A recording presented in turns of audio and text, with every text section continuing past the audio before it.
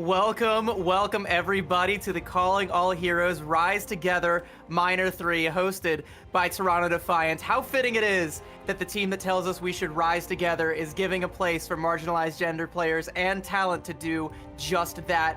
My name is CB, and I am so excited to get to be here to kick it all off with you, and I'm super excited to do it with my good friend and co-caster Jag, who I know is just as excited as I am. Oh, I am so thrilled to be here, CB. I know you already got to experience Calling All Heroes earlier on during Minor 1. Now, I get to be here for Minor 3 with you. We're going to have an amazing set of games, but most importantly, this tournament, this circuit, is just so incredible. It's a great place for underrepresented genders to be able to play at the highest level. I can't wait to see what we have in store for us today. You said it. I mean, like, I will never stop touting, how much I love Calling All Heroes and how important it is. It's a great place for marginalized gender players, underrepresented communities to come together, have a place to cultivate, get both talent and players on all sides, uplift everybody, a variety of roles, and just make it a great place for these players to get together and have some sick competition. Like, you love to see it, right? You love to have these players having a place to cultivate and grow as talent, and I'll never stop singing its praises. I love this program so much. You and me as well, and as well as everyone who is joining us here today. But it has been quite the journey to get here to Minor 3. We've already had a year worth of competition. I mean, look at all these amazing events that we already had last month, Minor 2 of the Washington Justice, and here we are now today, Minor 3. It's getting down to the nitty-gritty. There are not a whole lot of events left before the championship in the last chance qualifier. This is one of the last chances teams have to be able to get those circuit points that are oh so important if they want that automatic spot to get into the championship tournament later on in February. Absolutely. That championship tournament is going to be the big paycheck. That's the big money. That's the big one that all these players are playing for. But of course, we do have just today's tournament to focus on, or sorry, this current tournament for now to get there. That's our current stop on the road to that championships, where today we're going to kick things off with some of our Swiss rounds. We're going through 6 Swiss rounds today. That's going to be the first 3 today and the next 3 tomorrow. And the top 8 teams are going to qualify for that double elimination bracket next week, where they're going to be playing for that cash prize and for, like you said, those all-important circuit points that are going to be an increasingly short supply as time goes on.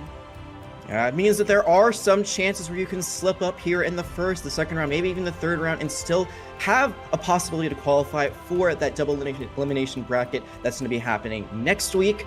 But it is going to be a first to 2 all day today, so not a lot of room for error when it comes to those maps. You fall down one and you already are falling down a pretty big rabbit hole. You really got to start off strong to get going.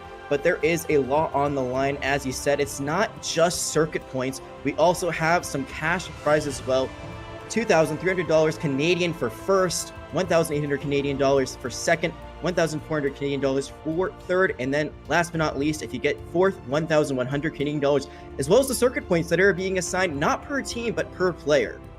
I mean, the cash prize is definitely going to be a big motivator for a lot of these players, but the real motivator, in my opinion, does need to be those circuit points, because you want to make sure that you have enough to qualify for the championships, lest you have to, you know, brave your way through the hurricane that's going to be LCQ to try and get there, because that's where, again, the big tournament's going to be. If you're not there, it's because you didn't come correct. It's because you didn't come correct when you had to, and like we said, there are fewer and fewer opportunities after this. Again, only one more major tournament after today, or after this weekend, sorry. Yeah, and there are some teams already that are looking great, that are in great shape to make that championship bracket in February. Washington Timeless, Valiant Guardians, two of the teams that are really high up in those standings, have a lot of circuit points to their names. But there are some other teams, Vancouver Titans Blue, Fable, Trainers, you know, they've been doing really well in these tournaments, but they are kind of on that bubble where they could potentially get knocked out if they don't have some good upcoming tournaments like today, tomorrow, next weekend, as well as Major 3 upcoming. So there is a lot on the line here.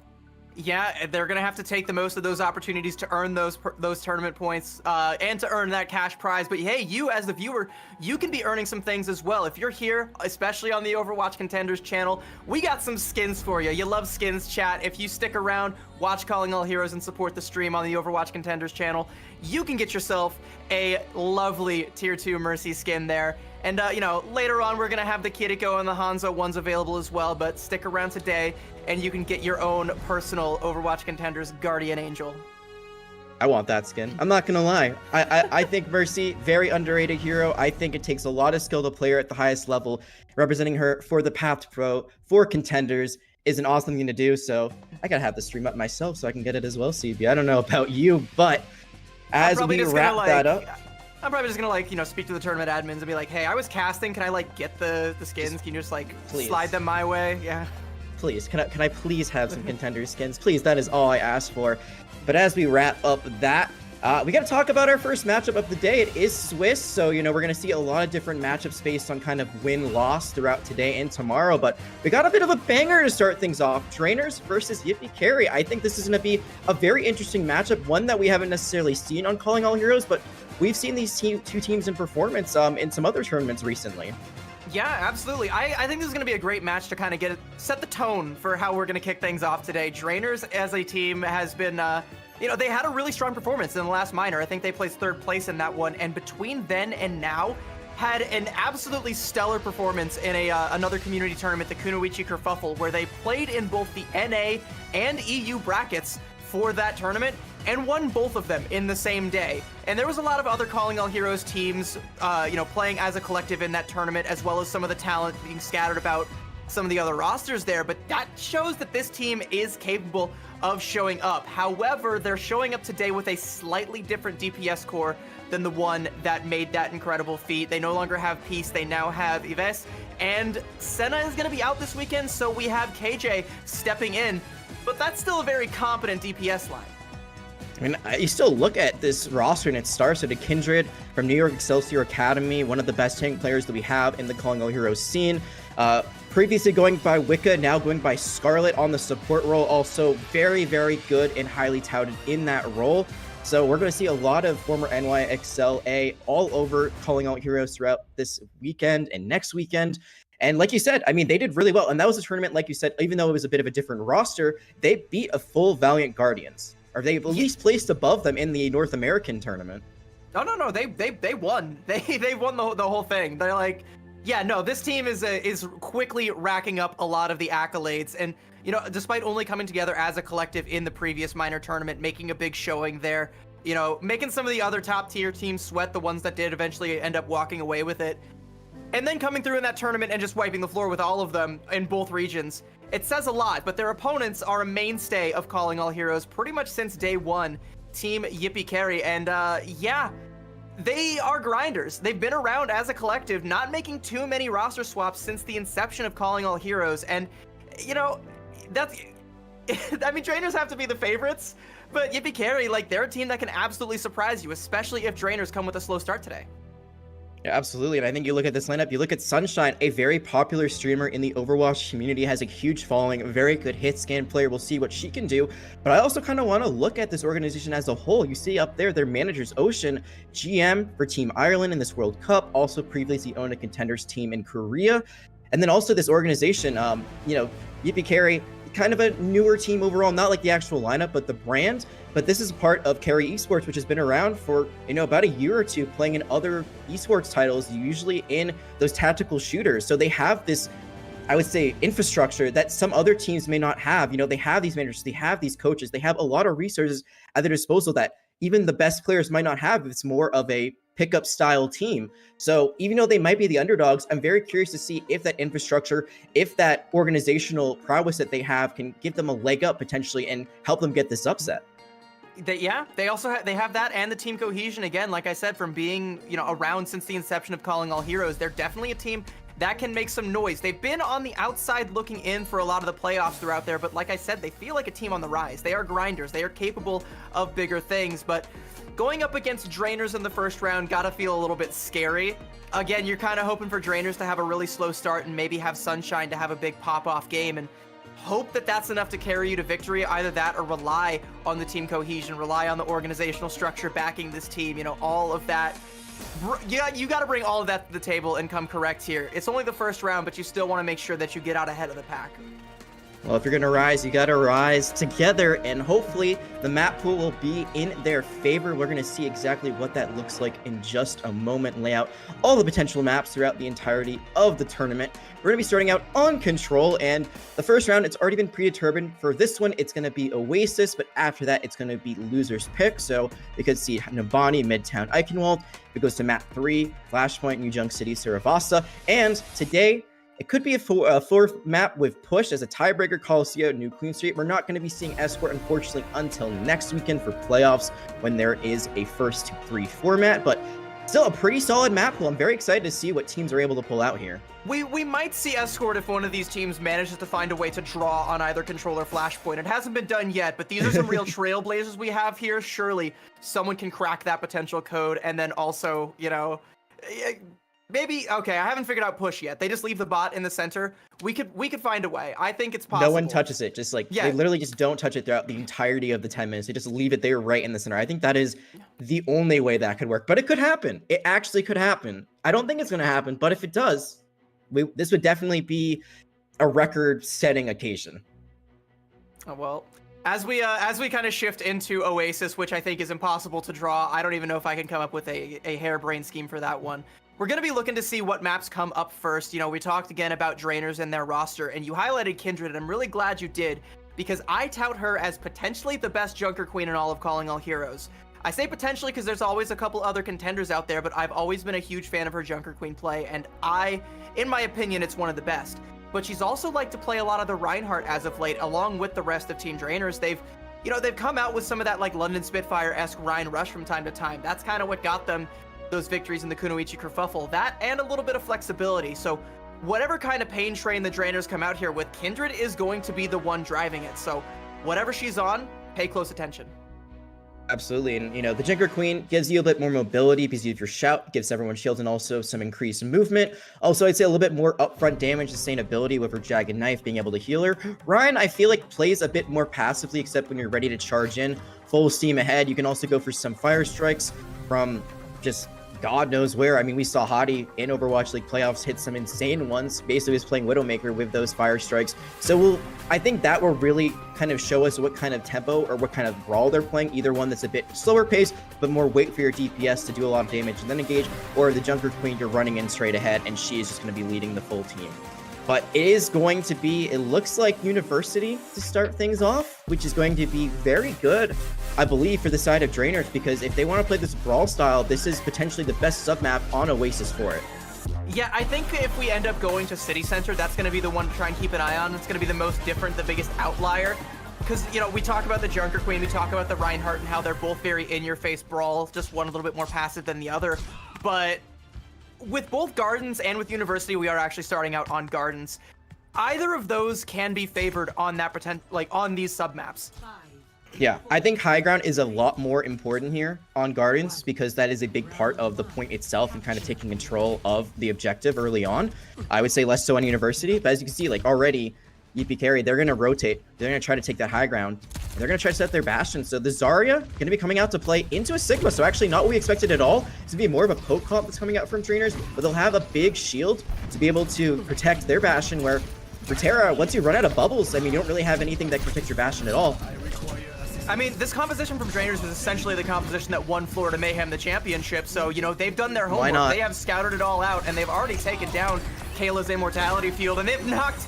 Oh, they lost KJ, got booped right off the map there by Unlucky, and Scarlet gonna follow. That's one or two piece there to open it up. Unlucky main with the 2 environmental kills. Yippee Carry gonna take first control off of that one, and now Kindred is just kind of left alone on an island. Her and Yves are gonna follow, and Yippee Carry taking first control.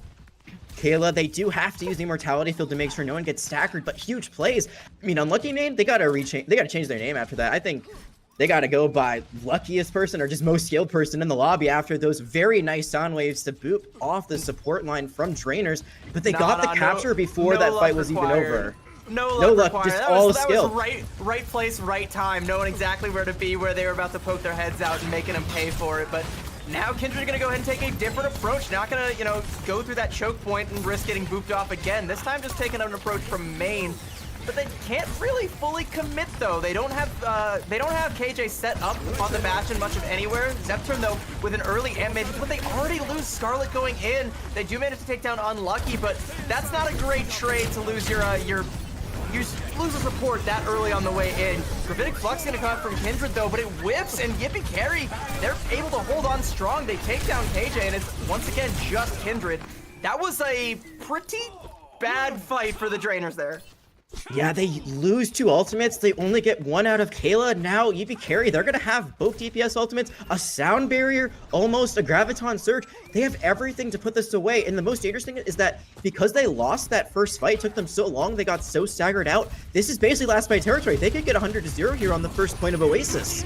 Especially if Yippee Carry cycle these ults out and Reese's Piece is going to go ahead and pop the Dragon Blade. Already 2 down for the Drainers. It's looking like Yippee Carry is just going to walk away with this one. And that's 1 ult invested for a full one team fight and less than 10 seconds for anyone from Drainers to touch. KJ definitely not going to be the one to do it as they're going to go ahead and pop that artillery strike. Scarlet does sneak in the back door. She's able to trigger OT, but is there going to be a follow-up touch? It looks like it's going to have to be her again. Actually, Kindred pins in, hitting Terra, but the sound barrier from Unlucky means she's going to be sitting pretty there with that, with all that overhealth. Unlucky pressuring Scarlet away, and Drainers, they don't have any ultimate abilities. They don't really have much of anything. They don't even have positioning. They don't have a tank any longer. They're able to pop that blizzard there from Yves, but is anybody gonna get caught up? And it looks like no. Sunshine and Terra just mopping the floor with the remainders of the Drainers, and that's gonna be Gardens going the way of Yippee Carry, surely, once they deal with Scarlet.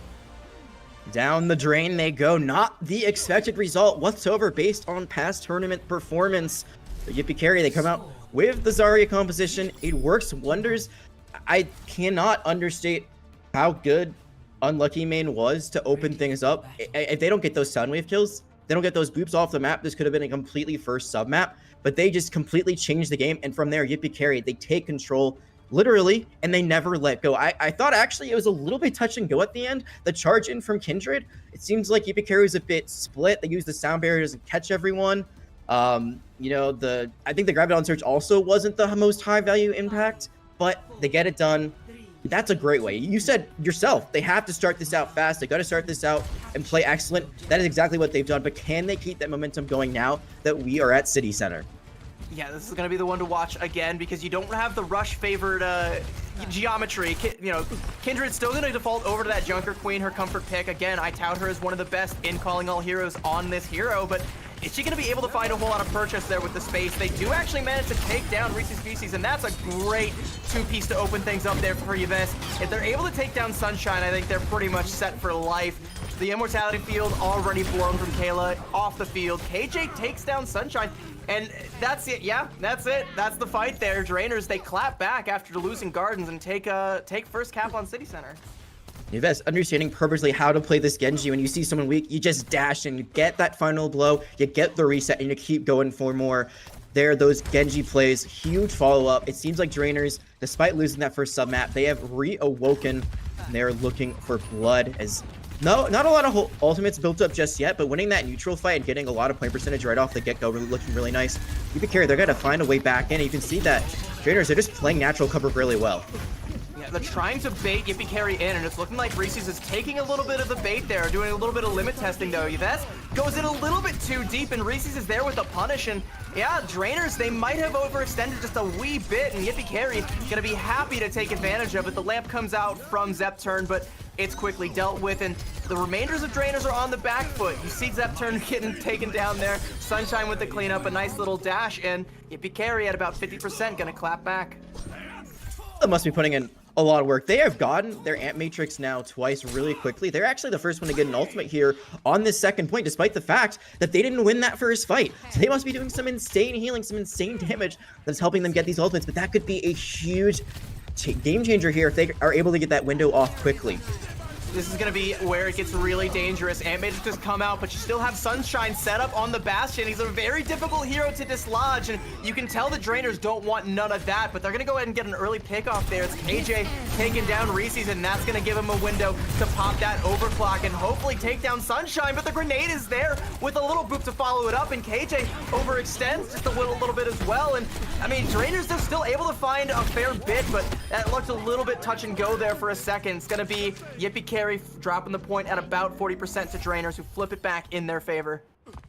Yep, it's going to be the flip back immediately back and forth. The point continues to go, but Drainers overall the ones in a better ult bank position. They do use 2 there to win that one out, but I feel like this ultimate coming out from the Jungle Queen could be everything. The Rampage, especially because there is no sound barrier on the other side from Unlucky Main. It's actually going to be the Bastion Artillery Strike that starts itself. It's going to force out the sound barrier because of the Graviton Surge that was used in combination. Yeah, the Graviton Surge was thrown up on the high ground, but it doesn't look like there was anybody there to follow up on it, and yeah, everybody just falls. I mean, Scarlet invests the sound barrier, and the rest of Drainers just go aggressive, those that aren't currently tied up in a Graviton Surge way up on the high ground. But yeah, Drainers, they're able to just weather that storm with a little bit of an investment there. And they are now swapping their comp completely, but they are keeping their sound barrier, they're keeping their blade, and they're gonna have to go quickly. But Drainers, they do win that fight, but they use everything to get the job done. So they are not in a great standing. Ult bank wise, Yippee Carry, they should win this unless things go horribly wrong, but they lose Terra! Yeah, that's a great way for it to go horribly wrong, losing your tank that early, and Kindred is on the prowl looking for the backline. Reese's pops the Dragon Blade, but is only able to find one for it. The sound barrier comes out, but the body blocking from Kindred means nobody from Yippee Carry can touch the point, and the Drainers will take City Center. And now we're going to University, where this Junker Queen can be a very scary pick. Oh, this is where it's going to be scary. So you combo with a Mei, you block someone off of the wall, and they are absolutely done for. We'll see if that Mei comes out into fruition, but I want to go back to that last fight really quickly. Yippee Carry, I really thought they had that in the bag. It just feels like some miscommunication there. The Winston jumping in a little bit too early as the touch gets forced off that high ground. I mean, they had Blade. You got to wonder if they played that a little bit more patiently, if that could have gone differently, but instead going to University where Drainers probably feel the most confident. It doesn't look like that Mei's gonna come out, but it feels like all of a sudden they're in the driver's seat. They get 100-0 on that first sub map, but they have completely turned the momentum around. Yeah, I mean, going back to that fight, I do think it was... The play there would have been to go in with the sound barrier, but it was just a little bit too late to save Terra. So Terra swapping back now over onto Old Reliable for University, going back with that Zarya. Hopefully she's going to be able to get better use out of the Graviton Surge when she gets it there. But Kindred going to go super aggressive at Immortality Field to try and help her out, but they are able to burst down Sunshine, and without that Bastion on the field, it should be a lot more free to take more space, but not without Zepturn or Yves. Yippee Carry gonna go ahead and take down 2. They can't really go too aggressive though, because Kindred is still on the prowl, and you know, Drainers, it's scrappy. They lose a couple bodies on the way in, but they do get first cap here, and it's another situation where you have Sunshine on the Bastion, but you can't really get her set up. Zepturn there with one of the plays of the game. She throws in the Immortality Field. That's what you gotta do when you have an aggressive tank like this. You throw it onto them as they fall weak. You get them healed up. They got the Jagged Knife to heal themselves. You also just throw in the primary healing, and they are able to sustain throughout all of that. Unlike Terra, who unfortunately just doesn't have the same sort of support when they try to go in. And because of that, Drainer's able to win that first fight out. But Yippee Carry, they are not giving up. They gotta stop Kindred. They gotta let them not go in like that. And Kayla's just obliterated. Yeah, the commanding shout comes out, and everybody from Drainers just walks forward on that. Yippee Carry, everybody's low HP. They don't really have a whole lot of sustainability, and they're scattered as well, and that's gonna be a late kill into unlucky main. There's like, at 40%, it's gonna be, you know, Yippee Carry. They have a couple more fights here, but that was a pretty clean fight there from Drainers. A dry fight too. They use absolutely nothing. They're getting ultimates online. If they rotate these well enough, they could be reverse sweeping the first map of the series, of this tournament on stream. And it's looking very, very good for them. I think Yippee Carry, they got to play a bit more passive right now. But how do you do that when they keep running on top of you? Like, there's no room for breathing right now with this Junker Queen. They just continue. Kindred continues just to run on top of your backline. You can't really be passive. You have to go aggressive to try and get Sunshine set up, but Kindred is not going to let that happen with a Gracie to the face, takes down Sunshine. And Yippee Carry, they don't have a leg to stand on right now because Drainers just kicked it right out from underneath them. Kayla even invested that Amp Major to try and get Sunshine in position, but it's no good. And again, it's a dry fight from Drainers. They don't invest anything, and now they have everything. They have an alt apocalypse, as my good friend Sublin's coined a long time ago. They're going to use the first one, the amplification matrix, but it's going to be the blade in response. Yeah, but the sound barrier from there is there from Scarlet, and that blade is looking pretty dull there. Reese's even gets low and has to back up to the immortality field. KJ pops that overclock, takes down Terra. Now you got no tank, now you got no space. It's a token artillery strike coming out from Sunshine, but the rest of Yippee Carry have fallen, and Drainers will take Oasis in a clean 100-0 on University. Gardens looked a little bit shaky, but the other two maps were all Drainers all the time. It just seemed like they were leveling up throughout the series, continued to get their power level up higher and higher. The second map of the series, a little bit more back and forth. We saw some, you know, the point being flipped on City Center quite a bit, but here they answer getting 0 to 100 with 100-0 of their own. They never gave up control and the tempo of their play. We talked about this at the very beginning of this map. If we saw Kindred playing the Junker Queen versus the Reinhardt, the Junker Queen had to be aggressive. You had to constantly be running in to their front line, their back line, just anyone you can. That's exactly what they did at the end. You could see that synergy, that coercion was getting better and better as time went on. And the result is expected. The way they got there, not so much. I like, by the way, how you called out the aggressive use of the immortality field there from Zepturn, because like I said, you know, Kindred, she's one of the best, if not the best Junker Queen in Ka, and if you have the best Junker Queen on your team, you're going to know how to play in a way that's going to enable her to be as aggressive as she wants to be, to get the value that she wants to have. She was constantly in Sunshine's face, not letting that Bastion set up, and if you play tank on live patch right now, you know you are terrified of that little Omnic thing, and just the amount of burst damage that he can put out. He can just melt you in a second. It makes playing tank miserable, but not if your name is Kindred, not if you have Zepturn using the immortality fields to keep that aggression in check, going just right into the eye of the storm and taking down the Bastion over and over again. You don't let him set up, he gets no value.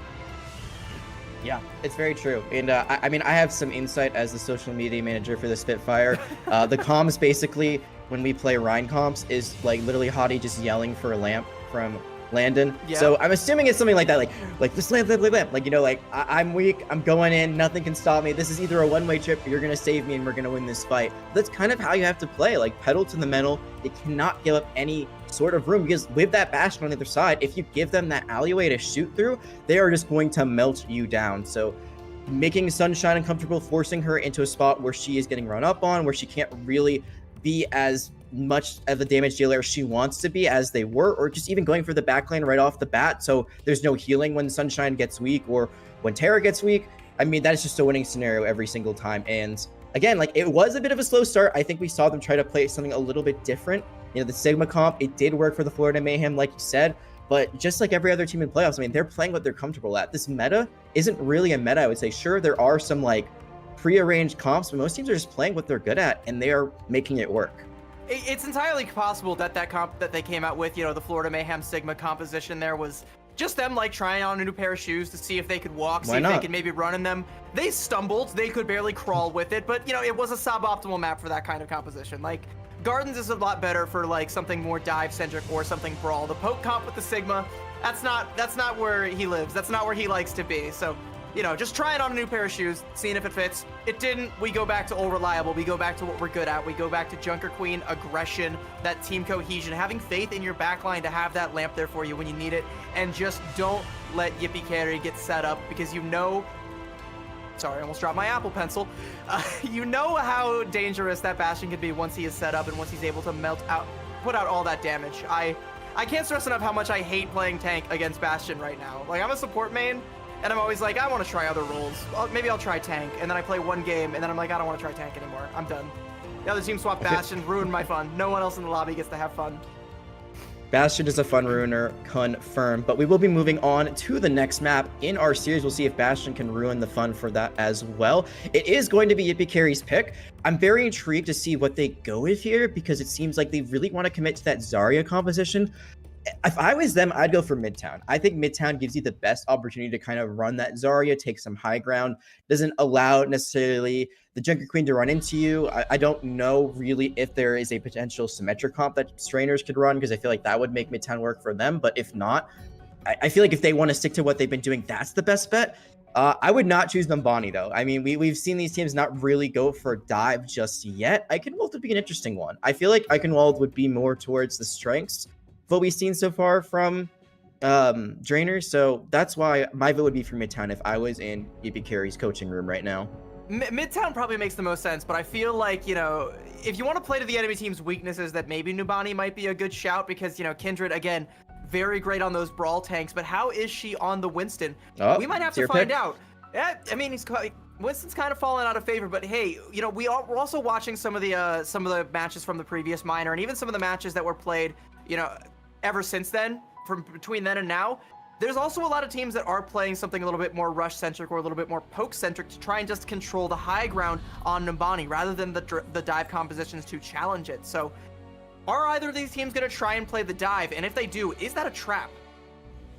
I think you bring up a great point. It's like, do we play to our strengths or to our enemy's weakness? And I think here they're trying to play it to potentially the whole team of Drainers, but specifically potentially Kindred's weakness here, where we saw the Sigma did not look great. On the other side, we did see Terra play the Winston, also didn't look that fantastic in like the 5 seconds we got to see of it because they immediately got blown off the map. Unfortunately, just got blown up into smithereens. But with this, it could be a chance for them to show that they can be a Winston player, or they just force more of that poke style composition. They want to play Sigma into Sigma. We haven't really seen Sigma at all from the side of Yippee Carry, but if they can force that matchup, maybe that's one that they favor. You know, maybe they can get Sunshine set up in better positions, especially behind the Sigma shield that can really be that game-changing defensive utility that helps them stay alive. It means they don't have to play, you know, as scared. They don't maybe have to play as defensive. They're not as worried about someone running up on them because also Sigma does have that accretion, does have that big rock they could just chunk at someone that's going to crowd control them into oblivion where they get stunned for a little bit. So this could be a bit more defensive and a bit more in their favor. Speaking of defensive, when Drainers go on the defensive here, I kind of want to keep an eye on KJ because I have a feeling that if she goes for a hit scan centric hero like, say, Ashe, which is one of her signature heroes, that it might be a very dangerous thing for Yippee Carry to try and play into because she is lethal on hit scan heroes. By the way, you know, I talked about Senna being on this roster as well, being their starting hit scan player. The fact that KJ is on their bench is absolutely insane. You have 2 incredible hit scan players ready to go at a moment's notice, and if you have either of them set up on the high ground here on Numbani, you better keep your head on a swivel or you're gonna lose it. Yeah, I mean, that just shows you the talent that Drainers has, and that's why they're a top 4 team right now. We talked about the top 3 finish in the last minor, but currently sitting at 4th in the standings, looking like they're in a great position to potentially qualify for the championship event just straight out the gate. They continue to put on these strong performances, and it's off the back of these DPS plays. I think we've talked a lot about Kindred, but I mean, both Ives and KJ have been putting up some great numbers thus far. We'll see if they can continue that. It looks like we're going to see, I believe, it's a Yippee Carry on attack first. It's going to be interesting if they bring out the Doomfist. This would be something that we haven't really seen a lot of so far, at least in the Calling All Heroes VODs that I watched. But playing into Orion, I really like this. Obviously, there's the tank knockback passive, which makes them a little bit more resistant to that. But if you can displace that Orion constantly, I mean, it can work wonders. We'll see what Terra ends up doing. Right now, they're on Roadhog. They're actually going to go to Winston when all is said and done. I would love for them to try the Doomfist if this doesn't work out, but they're going to go for that more traditional dive setup. One thing that I am intrigued about is there's no Mercy to pocket the Echo. They're going to go for speed instead, which makes me think they're going to play a little bit more together with this Lucio and try to take either the high ground or just the point and force them to fight them there. The problem, though, is that doesn't really give Kayla an opportunity to, you know, have a whole lot of agency in the fight. They can maybe hit a couple of grenades, a couple of sleep darts from afar, but, you know, without Sunshine to pressure the backline, it's not... I don't think you're going to be able to find much purchase off of any of those grenades, and I think they know it. Kayla not going to stick their head out for too long. The rest of Yippee Carry gonna just try and reassess here, as this is a very difficult nut to crack here with Kindred up on the high ground. She's gonna go ahead and drop down and pressure out Terra. Big sleep dart coming out, and a lot of damage actually on Drainers, but the lamp from Zepturn is good, keeps everybody alive. And now the fight's happening on the low ground, but Terra gonna go ahead and make the dive up onto the high ground, but KJ finds first blood, takes down Reese's, and Terra, yeah, you don't want to jump into that. That is the last place that you want your Winston to be, and Terra's just gonna head on out. And if you're Yippee Carry, how do you crack this? Doomfist, go Doomfist. I don't think the Winston is gonna be able to crack this code.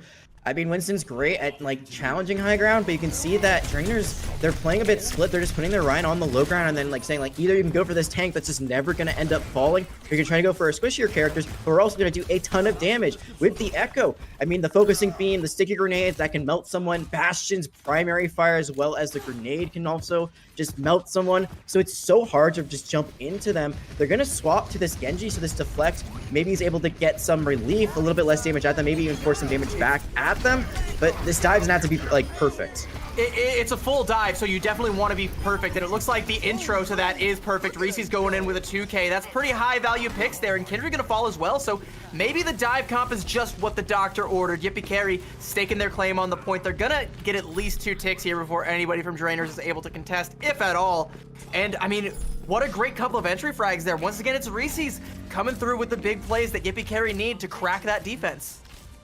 Yeah, the Genji swap is what they need at the end of the day, just able to be a bit more aggressive. I feel like this also plays better with the Tracer, because the Tracer does a bunch of chip damage. You go in with your dash, you get that follow-up, and then you get the reset after the elimination. So a lot of just kind of quick and calculated moves and some good team coordination that help them get that point. And really nice adjustment. A lot of teams, you know, they'll bang their head against the wall constantly trying to force the competition to work. Oh, we almost have ultimates, let's just play for that. But instead they're gonna go for the stick, and it's only gonna get the immortality field. Really nice from Zepturn. Again, they've been on fire. She's been landing these all day. Kindred with the shatter there, but she was antied and there was no one alive to follow up. Everybody was still looking at that pulse bomb that came out from Sunshine, and that shatter is just down the drain now, and the rest of Drainers, they have to go on the back foot. Yippee Carry, they continue to march this cart forward off the back of just one little misplay there.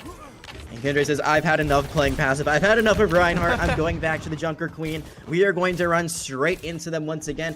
But Yippee Carry, they have some things to work with here. The Blade, it's going to be without a nano, but still could find quite a lot of value in the, as well as, I mean, it's going to be actually the Amatrix first, but they're going to just knock them off the high ground with the Primal Rage. That's a great primal from Terra, but the leaf, the pedal platform coming out from Scarlet to lift Zepturn up into the heavens away from the angry monkey. As she descends, it's now just going to be the Dragon Blade coming out from Reese's, but Kindred with a knife just shuts that one down. Despite that though, Yippee Carry, the cart is very close, but Drainers, they're able to take control, force the rest of Yippee Carry back, and stop the cart just shy of that checkpoint. We haven't even talked about the fact that there's a Life Weaver on the field right now, but that's not even that important because I didn't want to address it. I wanted to pretend to ignore it as long as I could. Yeah, Life Weaver's not a real character, don't worry. I mean, Scarlet's been playing it really well. The ultimate there comes out and gets a lot of healing out throughout the Dragon Blade, which got shut down. But again, the Immortality Field has Zepturn, she has just been landing them at the perfect time. The timing on Immortality Field is like the different, like a second can be the difference between winning a team fight and losing it. And getting it out right before the blade hits, getting your Kindred, like just keeping them alive is everything, and that has just been helping them win this over and over again. Speaking of great immortality fields, that was not one from Kayla. Forced out early just to try and keep themselves alive, but it's no good. Speaking of though, Reese's is actually going to take down Zepturn, so a BAP for a BAP, but it seems be a little bit back and forth actually. Yippee Carry, they might be able to make something out of this if they can keep Sunshine alive, and Kindred says nay to that. Sunshine sent back to spawn, but no one was touching. Reese's with a bit of a back tap there. You can see, yeah, look at Yves right there being like, oh no, we've done it now. And I was actually going to comment that Kindred, like, had to fall from the flower petal at one point to stop Unlucky Main from tapping it. But there at the last second, I mean, you've got Yves in the sky on the Echo. No one's actually on the point. Yippee Carry, they're given a lifeline. They are given a bone because, again, this is a 1-2. This isn't an elimination match. It is Swiss. But being able to keep this map alive, potentially being able to force map 3, at least getting a lot more cart progress, that is enormous. Yippee Carry are gifted so much there. Let's see what they can do with it. Reese is actually getting really close to another blade as well, and an early pickup onto KJ means Reese is gonna have plenty of time to farm for one. Kindred has to go for an aggressive rampage, but the lamp is good, and she's gonna fall for it. Sunshine with 2 big pickups there, and there's not really an opportunity for Drainers to dig their heels into the dirt. Yippee Carry, they're gonna get more cart progress, and even if the cart stops here, which it very well might with those 2 pickups there, even getting the cart this far on Numbani sometimes is just as good as capping. And it's not getting out the amplification matrix that's impressive, because that was a needed ultimate. Zipturn had to use it there, but it's getting out the duplicate. They don't get to build up their own amp matrix. The fight's already over. Drainers had to throw out everything they had, and they're gonna make some swaps now. They're gonna go back to more of that poke style comp. Their Scarlet's gonna swap from the Life Weaver to the Ilyari, so a lot more damage output potentially if they're hitting those headshots. We're gonna see now the Genji as well instead of the Echo, but I'm really gonna be looking at Scarlet. She has to hit, like, she has to do consistent damage here. Because Yippee Carry, they have so much to work with here. I mean, they might just end it right now. They could combo any of their DPS ultimates with the Graviton Surge, and they could just wipe the entire team. Oh, speaking of DPS ultimates, we're going to kick it off. There's that Graviton Surge and the Artillery Strike right on top of it. Sunshine with a nice 2K. And KJ was coming up on the only ult that Drainers had at their disposal. She's not able to build up to it, and Yippee Carry can keep the pressure on, and they do just that. Reese's pops the blade. Zepturn is down. A couple quick swipes to take down Kindred, and it's only Zepturn and Yves to try and stay alive, though. KJ comes out with the overclock, but nobody is showing their face. She has to try and slide in to go for the contest, but she only has the pylon to keep her alive, and it is doing a ton of work there. But as it falls, KJ's life is on the clock. She's somehow able to slide away, but it seems all but done for Drainers as Yippee Carry continue to march forward. That said, Yves takes down Reese's, and it's still a little bit touch and go. Terra's down. Drainers, they might have found a lifeline with KJ staying alive just long enough. The stall is so impressive. The swap onto Doomfist, the Tracer swap as well. They do everything they need to just deny that last 1.2 meters for the full cap for Yippee Carry. And I gotta say, I think the blade was used a little bit preemptively. It was used when there was only one member alive. Save that for when the rest of Drainers is respawning. Instead, now they still have another fight to go, and this is last fight territory. They have no more time left. They do have an Ant Matrix. They almost had a Sounder. Unlucky main. They fall. There's no more Lucio ultimate. That's the best possible pick you could have gotten. You still have the window coming up from Kayla, but they're gonna fall. Kindred just gonna punch right through it, has no problem breaking a few windows. The Meteor Strike gonna come down with the Captive Sun to burst down Terra. Reese's still contesting, finds 2. What? Might actually be able to pull this off if they can just get rid of Kindred. The beat is back. Unlucky main comes back, and Reese's still alive, but Kindred has just so much HP. Zepturn on the Kiriko now, gonna teleport in with a Swift Step. Falls, but they still haven't dislodged Kindred. They have to try and get rid of this Doomfist, and they just don't seem to have the resources to do it, do Yippee Carry. And with Kayla gone, Unlucky main goes in for a big pick off there, but gets cleaned up, and Kindred is once again able to keep the stall alive as the rest of Drainers swarm the point and evict Yippee Carry from it. This seems to be where the cart will stop, as Terra, with their last breath, is going to fall. 1.2 meters away from the cap there for Yippee Carry, but Drainers with some incredible last-minute clutch stall. I think that, I mean, can you think about how this map could have gone if they hadn't given up the point? If they hadn't C9'd, that could have been a 2nd-point hold, but instead, they give up almost everything until the very last moment. 1.2 meters separated between stalling them on 2nd and the full point, or the full capture of the map going to Yippee Carry. They gave it all they had, but Drainers just too good, too clean in the clutch. The spawn advantage, too much to overcome. We're going to see some replays of exactly how this C9 came out. So, see the Echo fly. And Kindred! Oh, no!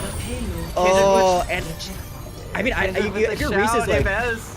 Reese's probably feeling good about that one. Like, that like...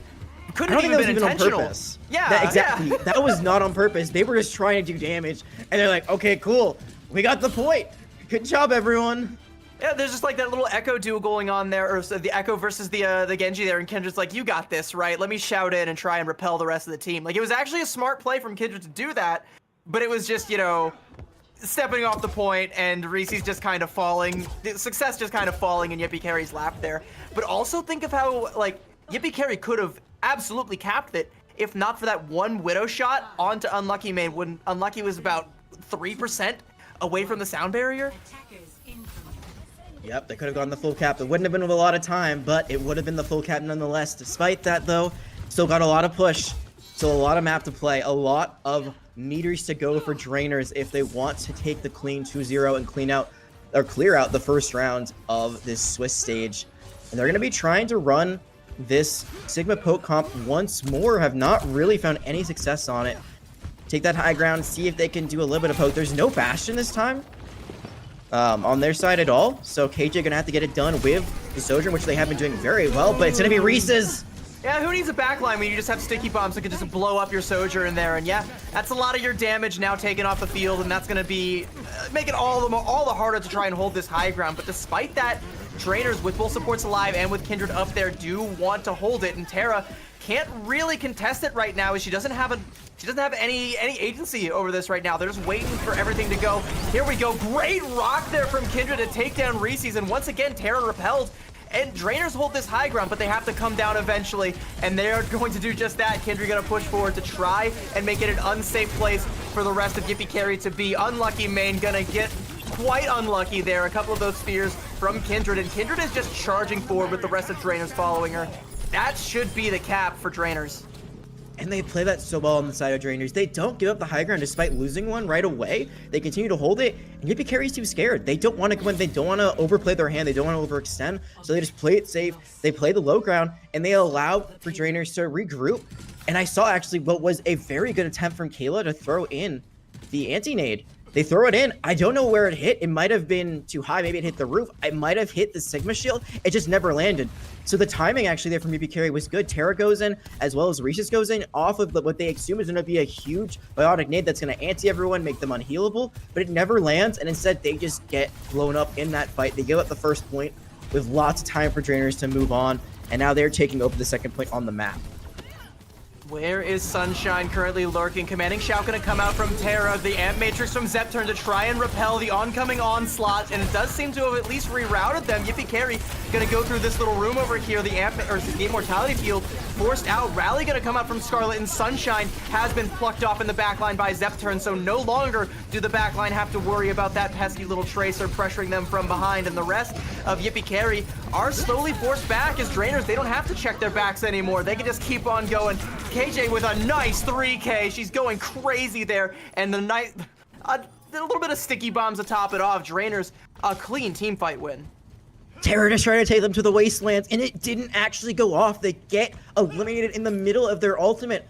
That would have been the big fight winner potentially, or at least something to turn it around. And now that's going to be second point for free. They can't contest this. No C9 needed this time. No C9 needed at all. We just walk this one right in. I mean, who needs a C9 when you just win the fight that cleanly, when you force them to back up?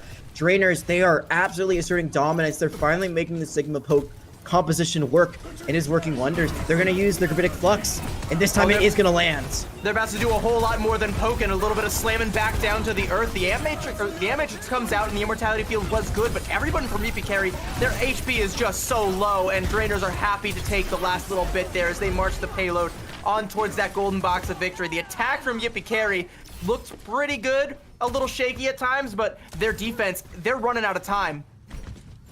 I think Kendra just plays every character the same at this point. There is no S key on her keyboard, just running in on the Sigma, creating plenty of space. KJ still has the overclock, which could do tons of damage, especially because of where they're playing. They might not see it. There is going to be a sound barrier. Sound barrier is used though, so they do have the overshield. Yeah, that's going to make it really difficult for KJ to find any purchase. She's on 5 HP, but just playing Ring Around the Rosie with Unlucky Main, but that takes time, and that ultimate is now down the drain. Great use of the sound barrier there from Unlucky Main, and that's going to repel any hope of an attack that Drainers had, but Scarlet popping the rally. It looks like she wants to keep Yves and Kindred in the fight. They want to keep the pressure up. I'm not sure how smart this is without your Baptiste there, but they can at least hold what ground they have and help try and keep Yippee Carry on the back foot here, playing around this corner. Echo gonna pop the duplicate there onto the Tracer, going into the backline, trying to route around Yippee Carry, who seems to have flanked the Drainers, but they just put themselves into this little hallway of death. The Pulse Bomb comes out, it's good. Kayla falls, Gravitic Flux from Kindred lifts them up in the sky, but they're nowhere near the card. The only one left alive to touch is Sunshine, and her life is done. That's gonna be it. Drainers take Numbani and take the series 2-0. You have to have some serious confidence to be in a 3v5 and continue to hold position, not back off the cart.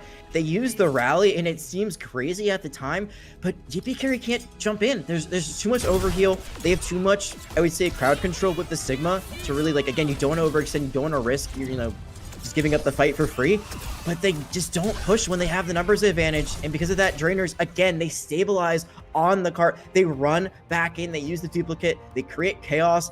It looks like they actually swapped who was on attack and defense. Yippee Carry was playing on the stairwell, like completely out of position for defenders, I would say there, or at least not where you'd expect to hold as a defender. And from there, it just seems like their number had been called. They put up a great fight, especially, I mean, they kept it close. Both maps, honestly, were both very, very close, came down to the wire. But Drainers, this is why they're one of the top teams. They get that 2-0, and they start off this Swiss stage so strong. It did end up being potentially closer than I think a lot of people seeing this matchup would have initially thought. You know, all throughout, though, Yippee Carry, they held their own, had some great plays. Zepturn constantly on point with a lot of those immortality fields to help keep Kindred alive, help keep that aggression. It helps save, you know, it helps save KJ when she gets pulse bomb there, like we saw in that early replay. A couple of misplays from Drainers and a couple of weird positional routing from Yippee Carry, but the team cohesion still feels like it's there. I have a feeling that Yippee Carry still has potential to get a couple wins under their belt as we progress through the Swiss rounds here, but Drainers are going to be a team to watch out for throughout the entirety of the Swiss rounds, and if they play like this and clean up a few of those misplays, almost certainly in the playoffs. Yeah, I could see Yippee Carry as a dark horse. I could absolutely see them making the playoff stage of how they played today. I mean, they kept it close. I think, especially on this last point, the third point on their attack, they could have gone for the Volcat. This could have been extra rounds. Just a few things to clean up. And that's the thing about a Swiss stage. You know, you have so many games to play. Every game you get a little bit stronger, a little bit more coordinated, a little bit more in the zone. So they can keep this momentum going. Even though it's a loss, you say, hey, like, look at how well we played such a good team. Drainers, who are, I would say, not guaranteed necessarily, but definitely expected to be in the playoff. Like, we took them to the limit. We 100-0'd them on the first point of control. That is not a statement that a lot of teams can make in calling all heroes. So they can definitely keep it going and make that playoff push. They got at least 5 more rounds in the Swiss stage to make it happen. So I'm excited to see what they can do. But Drainers, again, like, they are a team to watch out for. Absolutely. It's like I said, Yippee Carry, they're grinders. You can even see, like, Reese's Pieces here with some incredible numbers on the Genji, and time again was coming up with just what the team needed to try and stay alive, to try and keep the push alive, to try and get that cart that last extra little bit.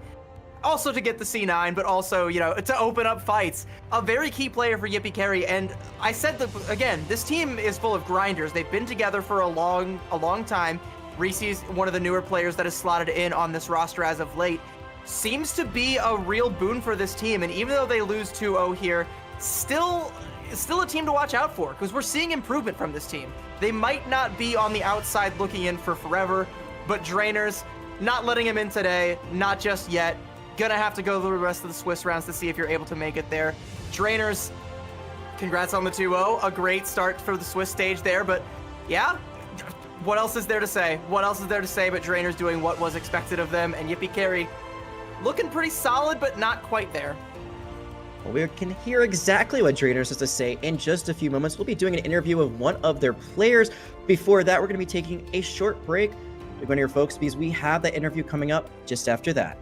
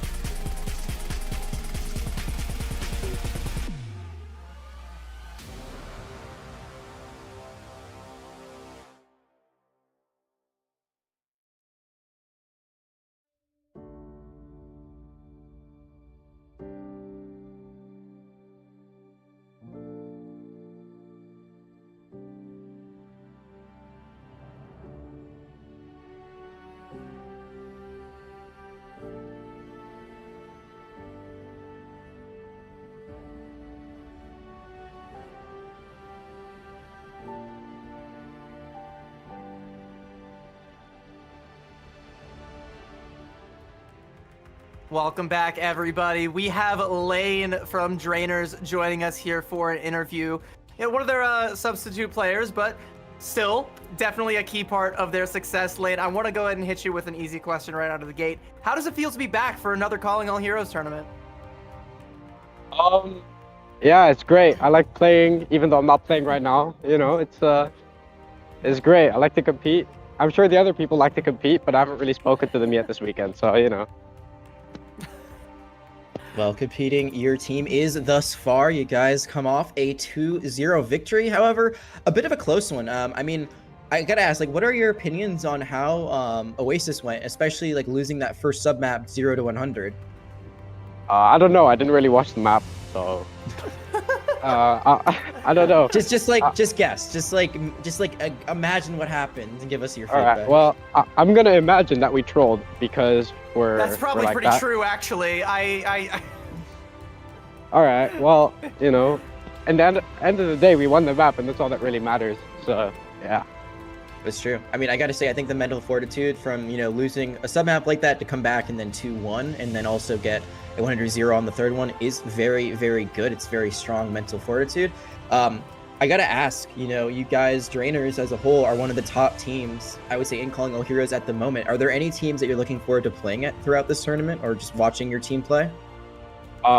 Valiant, because last time we lost to them, but that was kind of fraud watch. That wasn't really real. That didn't happen. And this time they don't have Extend to carry them and Halo as well, so it's kind of different, So yeah, I'm gassed to go against them. All right. Calling them out a little bit ahead of time. Hopefully we do get to see that match, and I actually honestly I hope that we get to see you slotted in there to get a little bit of your taste of things there. Are there any other teams that you're looking forward to playing, or are you just dead set on facing Valiant Guardians, making it all the way to the playoffs? I don't know what other teams are in the tournament. I haven't checked the page, so. You'll have to see it. Okay. Well, I mean, hey, welcome to the tournament. I'm glad to have you guys here. It's a pleasure to get to see Drainers playing at this level. I'm glad to have you be a part of it, and hopefully we do get to see more of you going forward. But that's going to be it for our interview. That's pleasure to have you joining us, Lane. Thank you very much. Unless there's anything else you want to say. Drain Gang, I'm single. DM me on Twitter, 1337Sammy. Hit my line. All right. Thanks for having me on the interview. GG's. GG's. That was I've never seen someone use a shout out for that. Usually it's like family, friends, my team. But the Riz game is strong, I must say. If you're gonna go out like that, you're a sub coming off the bench, didn't get to play, didn't even watch the first map, and you're just going for it. I respect it.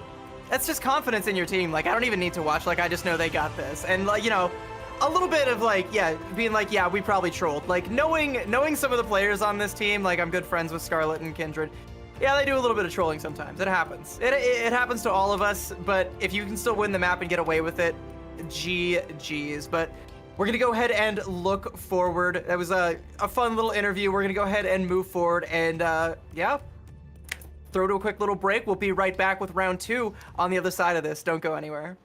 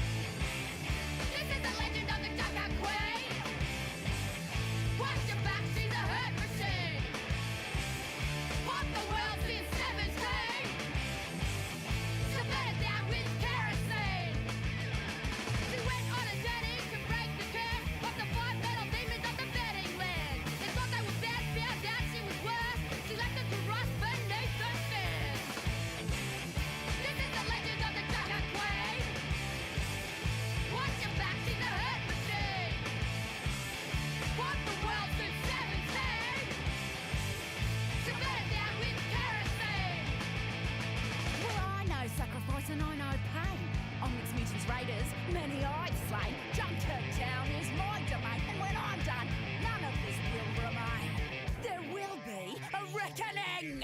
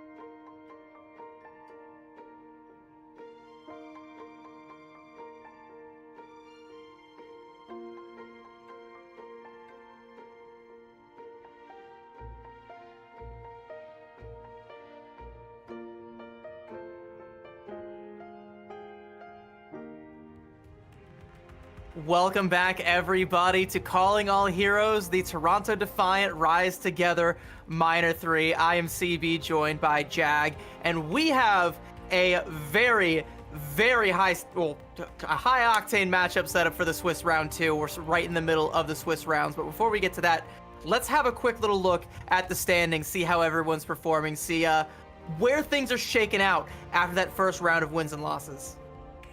Yeah, I think the most interesting thing is that Valiant Guardians and yes, despite getting that first round win, did struggle, had to go to that map 3, had to go all the way to push to get the job done. Not something you'd exactly expect, especially from Valiant Guardians, who are one of the top teams at this event, finished second at the last event. But overall, I would say it's about what I'd expect. I mean, we haven't seen Jerry Nightmare just yet. They did get a bye. One team gets... at least one team gets a bye every round just because we have an odd number of teams here at this event. But other than that, I think this is about what I would expect after the first round of the Swiss stage. There's a couple teams down there in the lower end, like Bad Blood or Azathoth, that you might expect to be a little bit higher, but you know, we're only one round in, and sometimes your first Swiss round doesn't go as planned. You get a slow start, or you get to go up against a Washington Timeless or a Valiant Guardians or potentially a Drainers, and it just doesn't pan out. But there's still plenty of time to shape up, which makes it all the more interesting that we're going to kick things off with Washington Timeless versus Valiant Guardians as our next game, a potential playoff finals caliber matchup, and we're getting it in Swiss round 2. I mean, this is one heck of a banger matchup right out of the get-go. Second round, and we're getting the two teams that were finalists in the last minor. Not only in the grand finals, but also in the upper bracket final. And I mean, there's some tea there.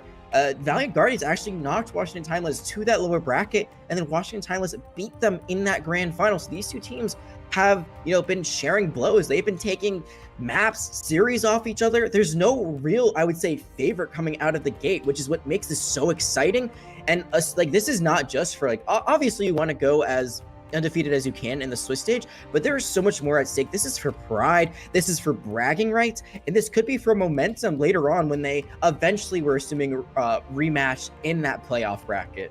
And this match, it's an onion, right? There's layers to this, because not only is it a playoff caliber match, not only have these two teams met before, not only have they traded blow for blow, they've also traded a couple of players. We have players like Halo, who previously played for Valiant Guardians, now playing on Washington Timeless, I believe, as a starting position on that roster. You have, Washington Timeless making some new changes. You have Valiant Guardians also making some roster changes, but a lot of the core pieces of both of these teams are still in play and still just as dangerous and just as deadly as they've ever been.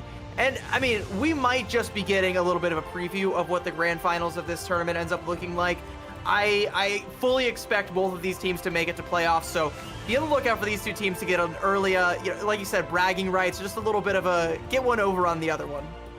We haven't seen a lot of all chat yet, but I just want to see the all chat fly. I want to see the we beat you earlier on. We beat you in round 2 of Swiss. We gotcha. You can't beat us now. Yeah, it's GG's. It's over. It doesn't matter if we see you again later on. But we're gonna see exactly what those lineups look like, and I know you hinted at it just a little bit, but there is Halo in the starting lineup, and I mean, this is a player absolutely to look out for. I love that Sniper also, they put Mercy as their favorite player, as well as Nosler.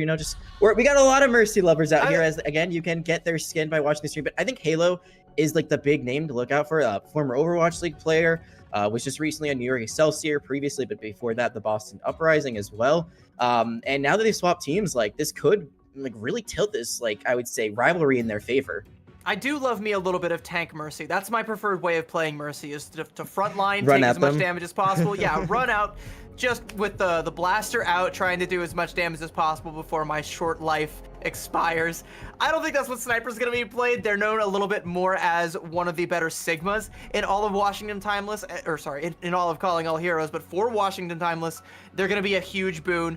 They've had such a successful run with this roster, and if Sigma is shaping out to be a little bit more and more meta, like we saw from the grand finals of Florida Mayhem at Overwatch League, like we saw Drainers hint at just a little bit, like I said, trying on that new pair of shoes, this could be a very dangerous roster, and Snozlar and Bun as a DPS core, definitely nothing to sneeze at. There's a lot of talent on this roster, and I'm just curious to see how the addition of Halo shapes this rounds this whole roster out. I feel like New York Excelsior Academy is the gift that just keeps on giving to other teams. It was such a stacked lineup. They were one of the favorites in Calling All Heroes, and Bun now moving over to that roster. We're going to see what she can do. I mean, she's one of the best DPS in the scene by far. We got to cast her during Throne of Defiant Pride Cup a few months ago, and she was absolutely fragging out in that one. But now Valiant Guardians, we're going to see what they bring to the table. Moving Fish 7, one of my favorite tanks in not only Calling All Heroes but all of Collegiate. Love seeing what they do on Redbirds. I actually got to cast them on LAN for the Intel Inspires Collegiate Championship just a few months ago. I don't think they took the W there, but still they played out of their mind. And again, like, this is another lineup. Like, Whip's also very talented in that hit scan role. Yeah, he's a pretty great hit scan player, and if given space to make some plays with there, can be one to watch out for. Might be popping up on the kill feed from time to time. And again, I like that you bring up Moving Fish, a well-known player from that Redbirds roster, was typically slotted into that roster to play some of the off-tank roles, which I think makes it kind of interesting because Moving Fish also was typically slotted in, you know, back in the day when they were playing for Redbirds, off-tank basically meant you come in to play Sigma on Circuit Royale. So Sigma might be like the key thing that both of these players, you know, Moving Fish versus Sniper, that they're going to try and bust out. And, you know, we'll see who gets the better of it, or we'll see if I'm just completely wrong and one of these other players has something better that they have in their back pocket that they want to come out here with. But regardless, that's the head-to-head that I want to see. But you can look at any position on either of these rosters and pick the head-to-head, and it's probably going to be a banger either way. Support for support, DPS for DPS, hit scan for hit scan. Where do you even begin? I think we've got to talk about coaches really quickly. I mean, Lep, now the coach of Valiant Guardians, I do not believe that they were the coach at the time of their last matchup during the Washington Justice Minor. So this is a whole new mindset. You know, coaches can completely change up strategy. It's also, you know, there's a little bit of a difference in the support lineup as we talked about Halo moving from Valiant Guardians to Washington Timeless. But I really want to see what Lep does, how, you know, these compositions are molded, because, you know, as a former player for New York Excelsior, for the Houston Outlaws, they have a lot of experience at the highest level of play, and that brings a lot of knowledge into that coaching role. So that could actually be the biggest difference here today. Yeah, the coaching staff, the management staff on both of these teams is also an integral part of their success, and I'm looking forward to seeing what they've all cooked. You know what's really sad is that both of these teams can't have flawless Swiss stages because we have this matchup here. One of them is going to have a blemish on their record, at least one, because there's still 4 rounds after this that they could potentially amass another loss or two. You know, again, with teams like Drainers waiting in the wings, you never know. That team did, in fact, best both of these teams in that Kunoichi kerfuffle between the last minor and now, but that does not mean that these two teams are not deadly, are not dangerous. We'll see who the more deadly of the two is when we go in to our first map here. Yeah, and it is going to be Lijiang Tower. Again, this was predetermined already. Next round's going to be Antarctic Peninsula if you want a little sneak peek at that. But here on Lijiang Tower, I think this one is going to be very, very interesting. I feel like Lijiang Tower is one of the control maps where it has kind of the most unique set of compositional play styles. Like, I feel like each kind of submap plays a little bit differently. Control center, very brawl-centric. We've seen a lot of Symmetra on, I'm just going to call it Market, because it really depends on, you know, the map filter and the day filter now. Night market, day market, yeah, one of the two. I feel like, yeah, it's kind of more of a poke comp, and then Garden has always been a bit dive heavy. But as we've seen, these teams, you know, on Numbani in the last series, didn't really do that much dive. There was some attempts, but overall, it was a lot of poke, a lot of brawl is what we saw. And I'm curious to see if that trend continues. We are going to be starting on day market. It is the day, so that will give us a really nice sneak peek of, I mean, I'm expecting Sigma comps. Like, I'm expecting, like, either like they TP through and try to set up on point, or maybe they just try to fight out kind of in the courtyard away from the point, but I'm expecting Sigma. Yeah, I've talked ad nauseum and will continue to do so until everyone is sick of me about the prevalence of Bastion in the current climate of competitive Overwatch. And, you know, both of these teams are going to be teams that are ahead of the curve, that are at the forefront of that, playing what is best for them. And you're looking at Washington Timeless, this looks like exactly the kind of composition that I would expect. That's that Florida Mayhem composition, though, with the May there. Valiant Guardians, I don't know how I feel about coming out here with a Doomfist, though. It can work. I mean, especially with the pharmacy, like, you create chaos, the pharmacy just rains down from above. One thing that I forgot to mention is that Aramori actually isn't able to play this week. So this is a bit of a different, maybe supporting lineup that Valiant Guardians would want to run in general. So they might be trying to play some more comfort picks, like maybe they want to go for the pharmacy because they prefer Mercy, just with who they're running here. So, you know, making those adjustments, we'll have to see if it works well. It can work, but they can't get run up on. Like, if the Sigma gets too much space or the Bastion gets too much space, like, there's not much Valiant Guardians can do, but they get the first pick. Yeah, that's quite a bit of value right there. Chisato with a nice two-piece there. Takes down Bun as well with the Mercy Pocket from Karo playing dividends, but she flies a little bit too close to the sun, and Orion is more than happy to make that Icarus fall back down to earth. But that said, Valiant Guardians, even despite losing Chisato in that fight, look to take this first point pretty cleanly. She gets res right back up, and this is where I'm a little bit worried for Washington Timeless. They don't have a true hit scan player except for Orion on the Baptiste. I do like these swaps. They're actually going to swap to the Diva, which can just kind of fly up into the pharmacy. But Bun and Snozzler, yeah, yes, hit scan technically, but they're such short range hit scan, they really won't be able to deal with this Spara in the sky. So it's going to be up to Trumu to continue to run into them, or they might just try to avoid them completely, take the objective. Valiant Guardians, they got to make a move or they might get this up for free. Yeah, they're playing a very scattershot composition where they want to be all over the place and try and swarm Washington Timeless, and Washington Timeless have fallen right into that trap, and they're going to lose Halo as a result there. That's a great early pickoff there. A lot of the speed and a lot of the maneuverability now taken off the field, as will the rest of the team be if Chisato has anything to say about it. She's on the hunt and still has that pocket Mercy. Karo actually does get cleaned up there, so that pocket Mercy now off the field, but doesn't really matter because I think enough work has already been done for Valiant Guardians to hold on tight to not only the point, but to a full house of ultimates. And this stagger on a Trumu is so impressive. Chisato does get hacked out, but she's able to run away. They're going to have everything, including Nano, in just a few moments. Valiant Guardians are playing this to perfection. I really think they need a Cassidy, an Ashe, maybe even a Soldier 76, just something that's a little bit more long-range CPS, because Chisato's just running around for free right now. And as long as Valiant Guardians don't use like everything here, they should be able to still win the next two fights on ultimates alone. I mean, speaking of ultimates, here comes a Nano, potentially with a barrage, but don't even need it. Halo gets a little bit too close to Chisato again, and the Rocket's just going to take that Lucio out. I mean, I don't even know if Halo's going to have a chance to build up to a sound barrier this entire match here, but Washington Timeless, they find the flip there, but doesn't really matter. Moving Fish is taken down too, and like another easy hold coming out for Valiant Guard, or not hold, but it's going to be a flip. 16% for Washington Timeless. That's going to be a little bit annoying and prevent this from going into one fight territory, but now that's about where we are. I mean, they actually have a chance to win this now. That flip could be huge. The EMP's ready to go, but they could lose the Kitsune Rush. Orion is taken offline. That is disastrous. They still do have, you know, potential to stall out for a bit, especially self-destruct. You get on the point, you just use it there, then you get the remake. So there are win cons still, even without the Kitsune Rush, but they got to move quickly. And EMP gonna come out from Bun, and they do take down Moving Fish. They do also have presence on the points. They might actually be able to find the flip there. That's a great heads up EMP there, and a nice back cap there from Snozzler. And Washington Timeless, with the aid of the EMP, do seem to be winning the fight. Sombra hasn't had that rework yet, doesn't have Virus, so, you know, Valiant Guardians don't have to worry about Bonzi Buddy being installed on their computer, but they do have to worry about Orion and Trumu going in deep there. Chisato making a swap over onto the Genji. Yeah, it was just, you know, it was just for fun. I mean, that was definitely on purpose to just get rid of the ultimate, because it looks like the whole team is making a swap. Everyone has swapped, so they've completely changed this composition around.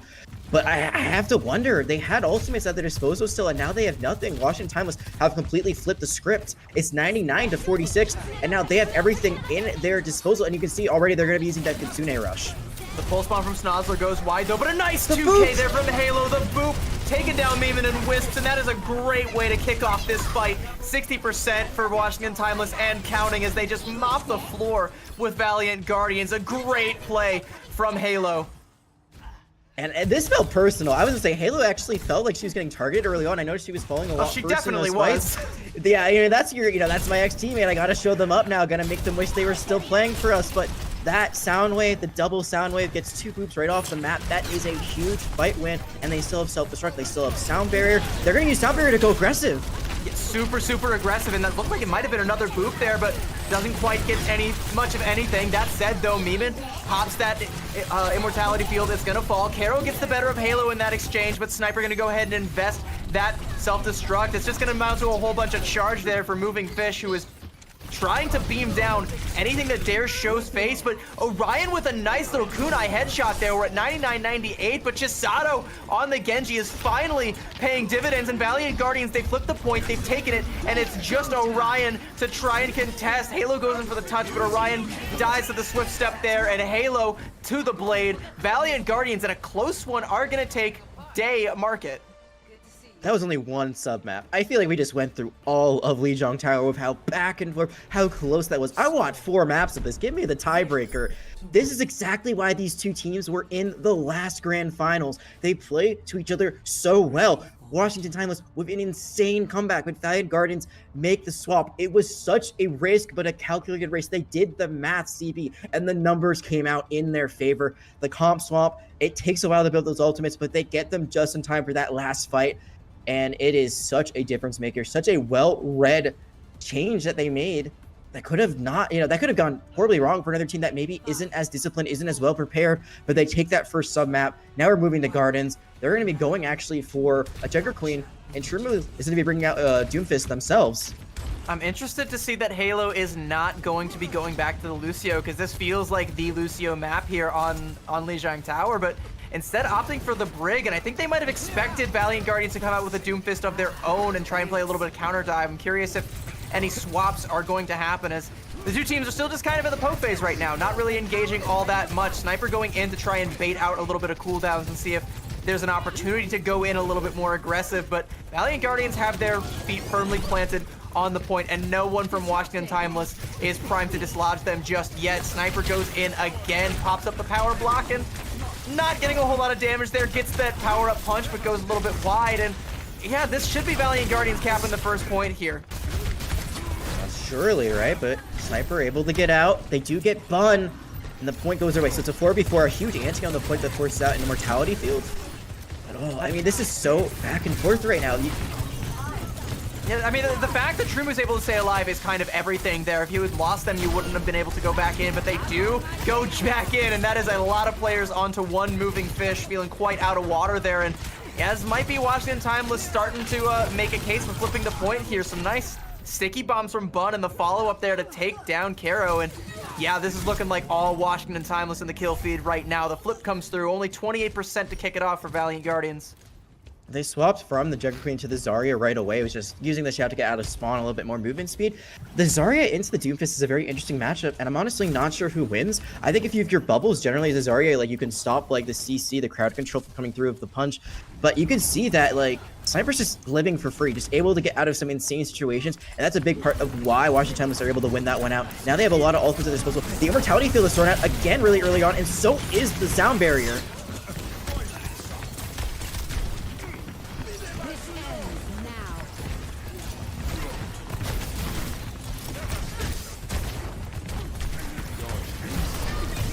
Karo with a nice move there onto Snozzler. That's a great opening there for Valiant Guardians after all the ults that they invested to try and come through here. It's got to amount to a little bit more though, because the longer this fight takes, the more percentage Washington Timeless are gonna get. The Dragon Blade comes out from Bun, and Trumu goes in for a nice little two-piece. And despite the investment from Valiant Guardians, Washington Timeless holds strong. It's very expensive though. The dramatic pause leads up to an epic fight, and they use 3 ultimates there. It takes a lot for Washington Timeless to sustain there. Valiant Guardians are actually in a great spot. They have the Graviton Surge as well as the Blade ready to go. So as long as they can lock down a few people, there's no Immortality build that can really stop them from getting a lot of value immediately. They're going to use the Overclock to try to create some distance, get some damage in. It's not going to really amount to much besides stalling, killing some time off the clock, which is better than nothing. But Valiant Guardians, like, they gotta go for this fight now quickly now that that's offline.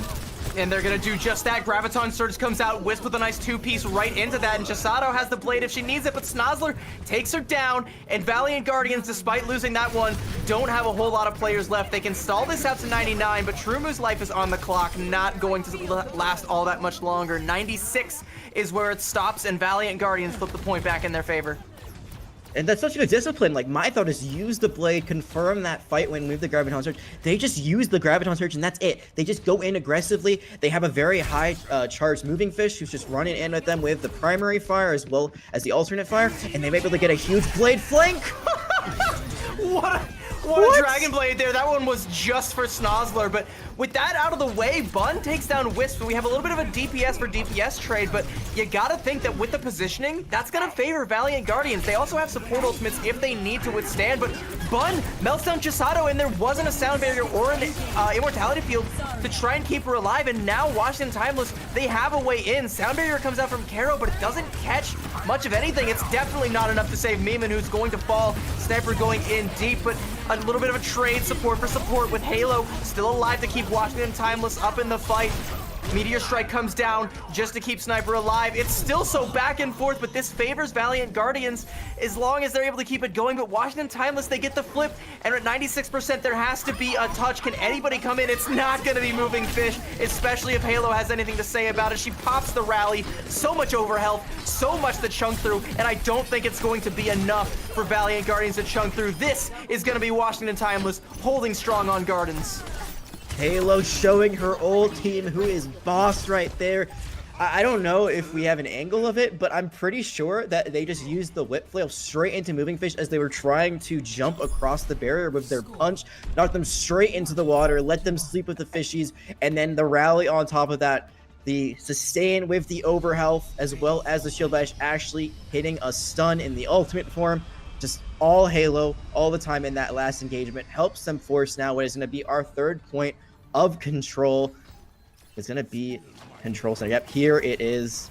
Yeah, if you know the enemy, you know exactly what they're gonna try and pull. And Halo was not born yesterday. She knows that team well. She knows exactly what Moving Fish wanted to go for there, and said, "No, we're holding strong. This is a Washington Timeless point here, and hopefully."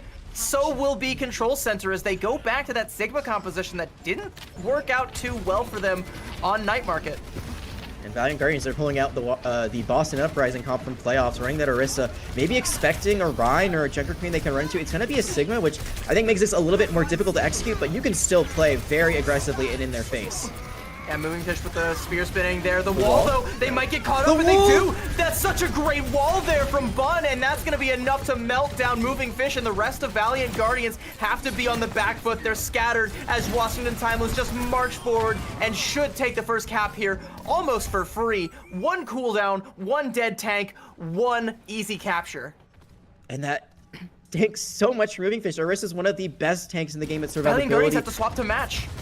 Yeah, they do. They have to go for a mid themselves. They're still going to stick with the Orisa, so they're probably going to try to use it as a counter wall more so than as an engagement wall. If they get caught off, like that, exactly, like they get caught off by the wall, so they're going to use it to create separation. But now they finally get some push in. Orion, though, very close to that Ant Matrix. I'm assuming it's going to fly momentarily as soon as they get it online. It's very difficult for Washington Timeless to try and play into this because you have Moving Fish just moving right at you like a snowplow with those javelins, and with those Ant Matrix coming out from Miman, you're gonna go ahead and match it, but Snozzler with the early pickoff there onto Wisps, and Valiant Guardians are falling left and right. That Ant Matrix not getting them a whole lot of purchase, and that's another easy fight win for Washington Timeless. Shield beat spinny thing. That's all I'm going to say. The Sigma shield is so huge in this scenario, as well as the kinetic grass. You eat a bunch of damage, and sure, I mean, with Orisa you can do that as well, but it's just not nearly as much. Wisp just doesn't have that same sort of safety net, that same tank to really protect them as much. Usually Moving Fish is going to be going in all the time. They don't have that same protection. It's going to be now the artillery strike coming out, as well as a bit of flux. It's such a lethal combo. We'll see if it finds much of anything. Karo pops the sound barrier to try and make sure that it doesn't, but Chisato was just a little bit too low, and Halo cleaned that one right up. Bun not gonna let Moving Fish get out. 70% and counting, and Valiant Guardians have yet to find a way to get in the door because Washington Timeless just keeps slamming it right back in their face. Oh, that could have been a great dagger on the Truma, or a great first pick overextension if they were able to get that, but instead they're gonna have to find a way to the point. 15 seconds. They gotta speed through this and hope they can get as many people there. They're gonna find the Bastion. Hello, Snozzler? What are you doing, my friend? Wisp just gonna go ahead and melt down Snozzler, but that was a Blizzard invested for just that kill. But I think to get rid of the Bastion, that is probably worth it, as that's gonna really hinder Washington Timeless's ability to take space. And speaking of taking space, Valiant Guardians are gonna do just that. Force the remnants of Washington Timeless back, flip the point in their favor. Ant Matrix coming out from Orion to try and keep the fight alive, but having flipped the point, they have to be swift here.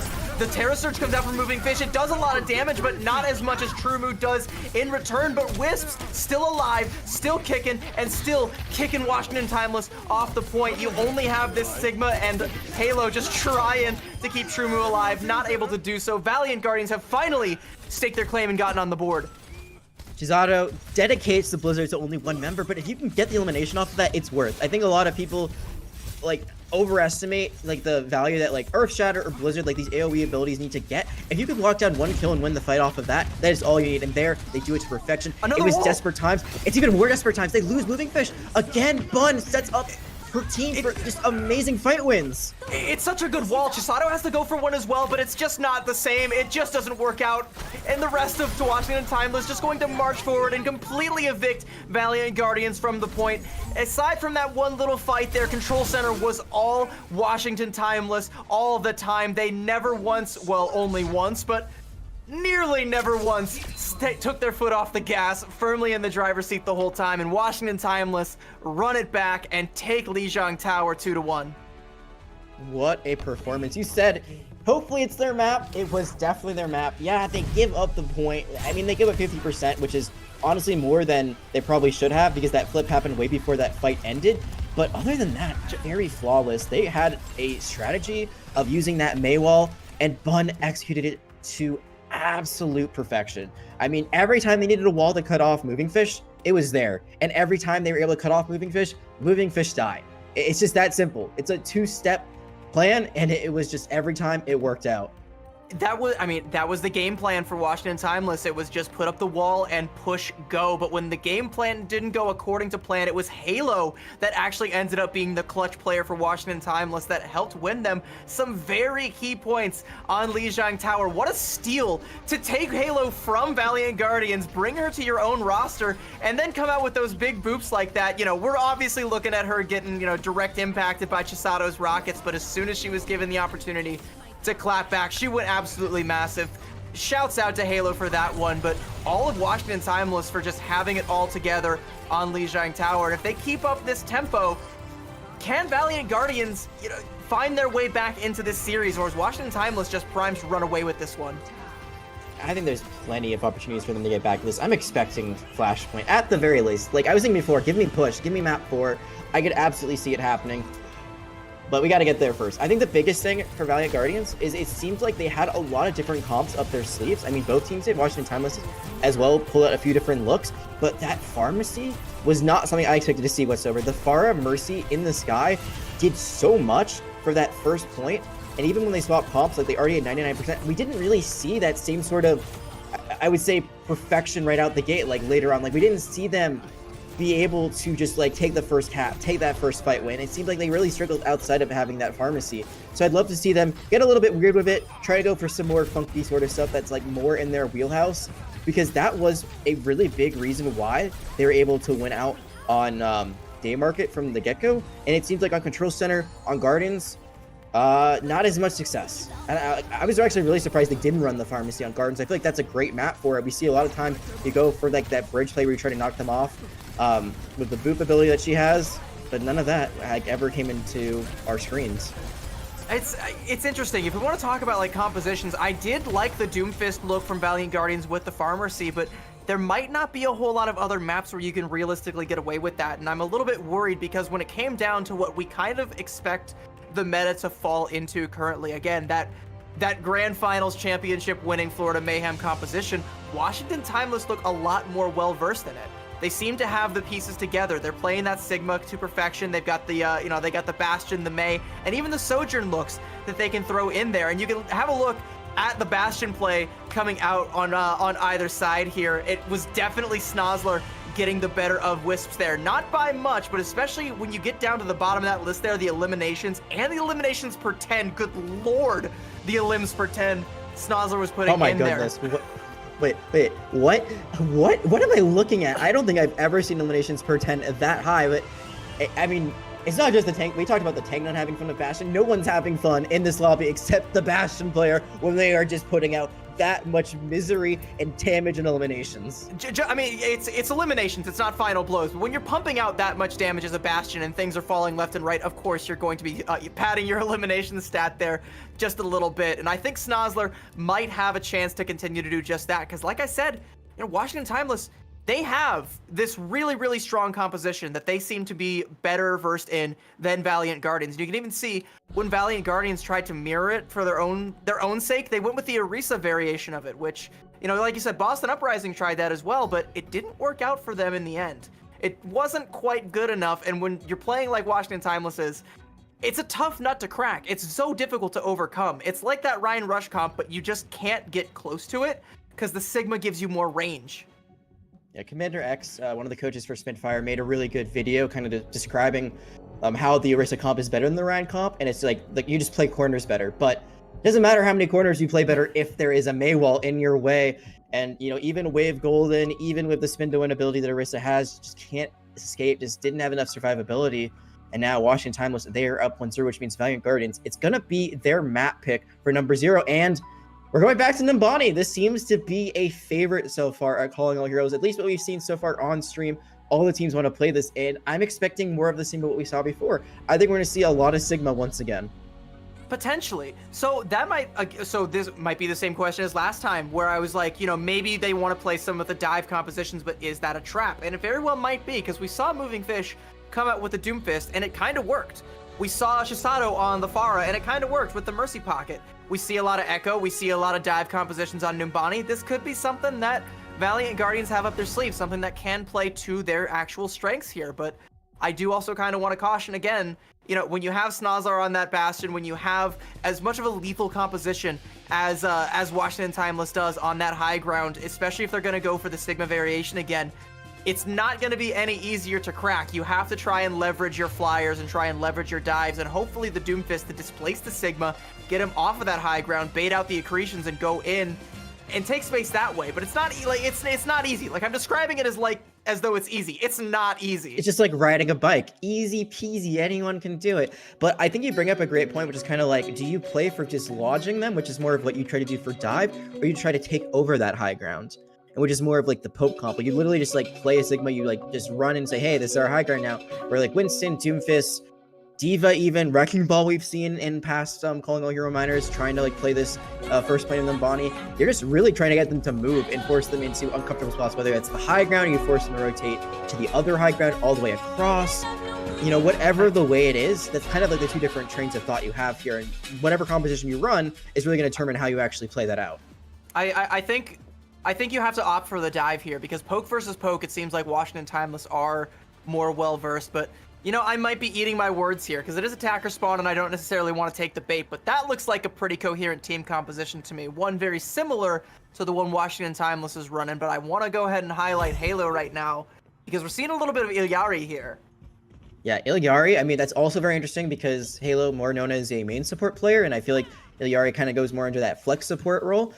Very heavily aim intensive, not saying that main supports can't aim, but, you know, just kind of just not generally the hero they get to play. But this is a great time to flex that aim. I mean, if you hit headshots, if you get those dinks, Ilyari is so useful. And I mean, that healing pylon, you put it in a nice little safe nook, it's going to get so much healing over time. The one thing I'm worried about is that there's so much speed for Valiant Guardians. With that Lucio, they can just run at you. And then Ilyari, I mean, she can kind of just dance away. She does have that jumping ability that also knocks you back. But like, this is what they're doing. They can just run right into them. Yeah, the speed, good lord. Orion never saw it coming, and Snozzler, I mean, you never saw the second one coming. Valiant Guardians, who even needs the poke composition? This is more of a haymaker, just a punch straight to the teeth. They knock all of Washington Timeless's veneers out, and that should be a pretty swift point cap. Every composition is brawl if you wanted to. As long as you have Lucio's speed boost to help you get to where you need to go, you can just fly right into theirs. They had no idea it was coming. And now Halo, they did get an elimination, so definitely they could have made the Ilyari work, but I think they see like, hey, like, we're gonna get run over. So she's gonna make that swap right away. She's gonna now go to, you know, I think the right choice here. So now they can either they can engage aggressively themselves, or they can use it as a disengage to run away. Because Valiant Guardians, they already have the amplification matrix, so they're gonna need that speed boost to run away, potentially if it's used right around this corner.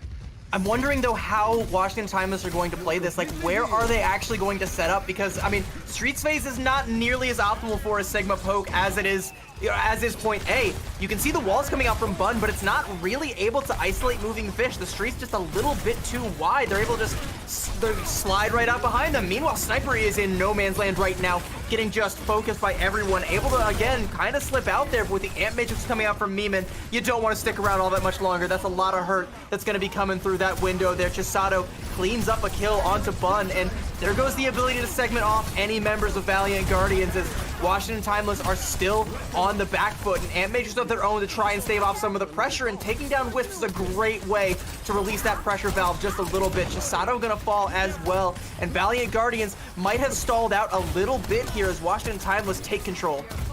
That's an insane hold. The fact that they get that defense, despite being completely split after losing one, it just seems like they're able to get Wisp, and then Chisato had to like dash past the Amp Matrix because they were completely like in like just the middle of nowhere, like no one is able to heal them, so they get displaced. Then they actually make Valiant Guardians displace themselves, but there are so many ultimates for Valiant Guardians, and they're going to be using their artillery strike right off the bat here. It's going to force an Amp Matrix, or not an Amp Matrix, sound barrier. Oh, but the sound barrier was not enough. Orion still falls. What? Snazler takes down Chisato. What even was that? Anyway, okay, moving fish just moving around, going on a flank to try and dislodge whatever's left of Washington Timeless, but that was just such a great play from Valiant Guardians there to open up with that combo and to follow it up, and they're just taking so much space here. Moving fish just got out the gravitic flux, and like all they needed was an accretion to cancel it. Just so well played. There will be a recontest, but Bun immediately gets melted, and that's gonna be It's a token second recontest, point. if anything. Yeah, that's actually a gift, if anything. That's Snozler and Bun going down. This is free real estate for Valiant Guardians. They're getting everything they've wanted and more. Ultimates, point captures. What else could you want? You got 5 minutes, 4:40 to be exact, in the time bank. This is looking so good for them. Snozler has to make the swap back over to the Bastion. I think there was a swap onto a Tracer to get a touch there. I'm not actually sure. I was kind of focusing on other things, and that being Valiant Guardians marching forward. Chisato gonna go ahead and pop the Dragon Blade to take more space. Bun tries to split the rest of Valiant Guardians with the Blizzard, and does seem to have at least forced Chisato back. So a great play there from Bun. Despite it not showing up in the kill feed, that is a great use of the Blizzard there to slow things down. That gives Orion time to pop the Amp Matrix. And once again, Valiant Guardians, they can't commit. There is just too much damage threatening to come their way. Now that the window is down, now it's time to go in, but what tools do they have left? They have to build up to this gravitic flux here from moving fish. They're 1% away. They finally have it. It's gonna come out, but Snozler has taken down Meeman already, so this, if anything, is gonna be a token fight as Valiant Guardians, their health bars looking very anemic there. The pickoff onto Bun isn't going to amount to much, as Trumu is just in the back line, melting everyone down, and Valiant Guardians have once again stalled out. I'm gonna say it again. I mean, the Blizzard, I said before, like, you get one elimination, it's worth it, but if you get a zoning ultimate, like, no joke, that's worthwhile. They're able to zone out for long enough where they get the Amp Matrix, they build enough time. Overall, Valiant Guardians just have to continue to kind of poke and prod. They don't find anything, and they finally get that ultimate they think that's gonna win them the fight. They end up losing members before it ever gets off. They do have a sound barrier. Washington Timeless Snozler are gonna use their artillery strike. Let's see if it finds any value. It does force out a mortality field. So that is actually some great utility off the board now for Valiant Guardians. Especially with Trumu now coming up onto that gravitic flux. The early sound barrier from Kero comes out, but as long as Trumu holds the flux for just a little bit, that overhealth is going to be gone by the time everyone hits the ground. But despite that, there's not enough damage. Wisp's just a little bit too chonky, a little bit too healthy there to finally fall, and Valiant Guardians are able to weather the storm. Another immortality field comes out from Meeman and is quickly dispatched. The Amp Matrix from Orion still forcing a lot of positioning, and Valiant Guardians are split right now, and again, they can't really commit here. And even if they can, there's another Blizzard and another sound barrier waiting for them. Yeah, Amp Matrix going to be used. Does sound barrier get used as a counter? Yes, it does. They also use the Blizzard. They use everything they have and try to force this out. It's going to force rotations, but they are able to get the DPS again. The accretion from Trumu onto Chisato there, and just all of the follow-up. Bun takes down Wisps, and it's all just cleanup for here, and a little bit of a stall out there onto Kero. I mean, they definitely could have staggered him out a little bit later if they wanted to, but heavy investment for Washington Timeless, but for bleeding the time off the time bank, you absolutely take that. They had 5 minutes, like actually 5 minutes when they started this push on third point. It is down now to less than 2 minutes, 1:52 and counting. They don't have any ultimates, like you said, but all that's on the other side is going to be that Gravitic Flux, at least for now. So you keep your Immortality Field, they can work. Oh, Halo? Halo gets caught off the wall. This is disastrous. I'm not sure what she was doing up there, and I don't know if Valiant Guardians are either, but regardless, she ain't doing it up there anymore, and Valiant Guardians, with the speed of their own, can continue to march back forward. They have to be on the lookout for this Gravitic Flux from Trumu, and actually, Trumu gonna go and take down Chisato, and Moving Fish has the Gravitic Flux, should be able to pop in here, and might even have to just to stabilize, and Valiant Guardians, without Chisato there, have to back up. Moving Fish goes the wrong way, gets split off, and has to pop the Gravitic Flux to get back, but Halo finds Meme, and Trumu takes down Wisp, and that Gravitic Flux from Moving Fish doesn't find anything, and now they're just getting hard focus, melted down, 5-on-1 there, and that is a horrible fight there for Valiant Guardians. And with only a minute left, Yeah, it's not a lot of time. Halo does die first, as we talked about, but you know, it's Spawner's advantage, and like playing Lucio, you're gonna get back quicker than anyone else generally. Any trade that you get, a 1-for-1 is going to be in the defender's favor at this point just because of where the spawn is, and there they take advantage of it. Again, they force out these weird long fights. Valiant Guardians, they get split. Moving Fish tries to use the Gravitic Flux again after they've already lost members, but now it's going to be the quick Ant Matrix behind the wall. yeah, they're trying to press the advantage on Washington Timeless, and they do just that. They take down Caro, and with only 30 seconds left, Valiant Guardians cannot afford to lose another body. They have to go on the aggressive here to force Washington Timeless back. The Ant Matrix and the wheels down from Wisp just to try and do so, and they are able to get a little bit of space back and buy some time to get some ultimate with only a sound barrier and an artillery strike online.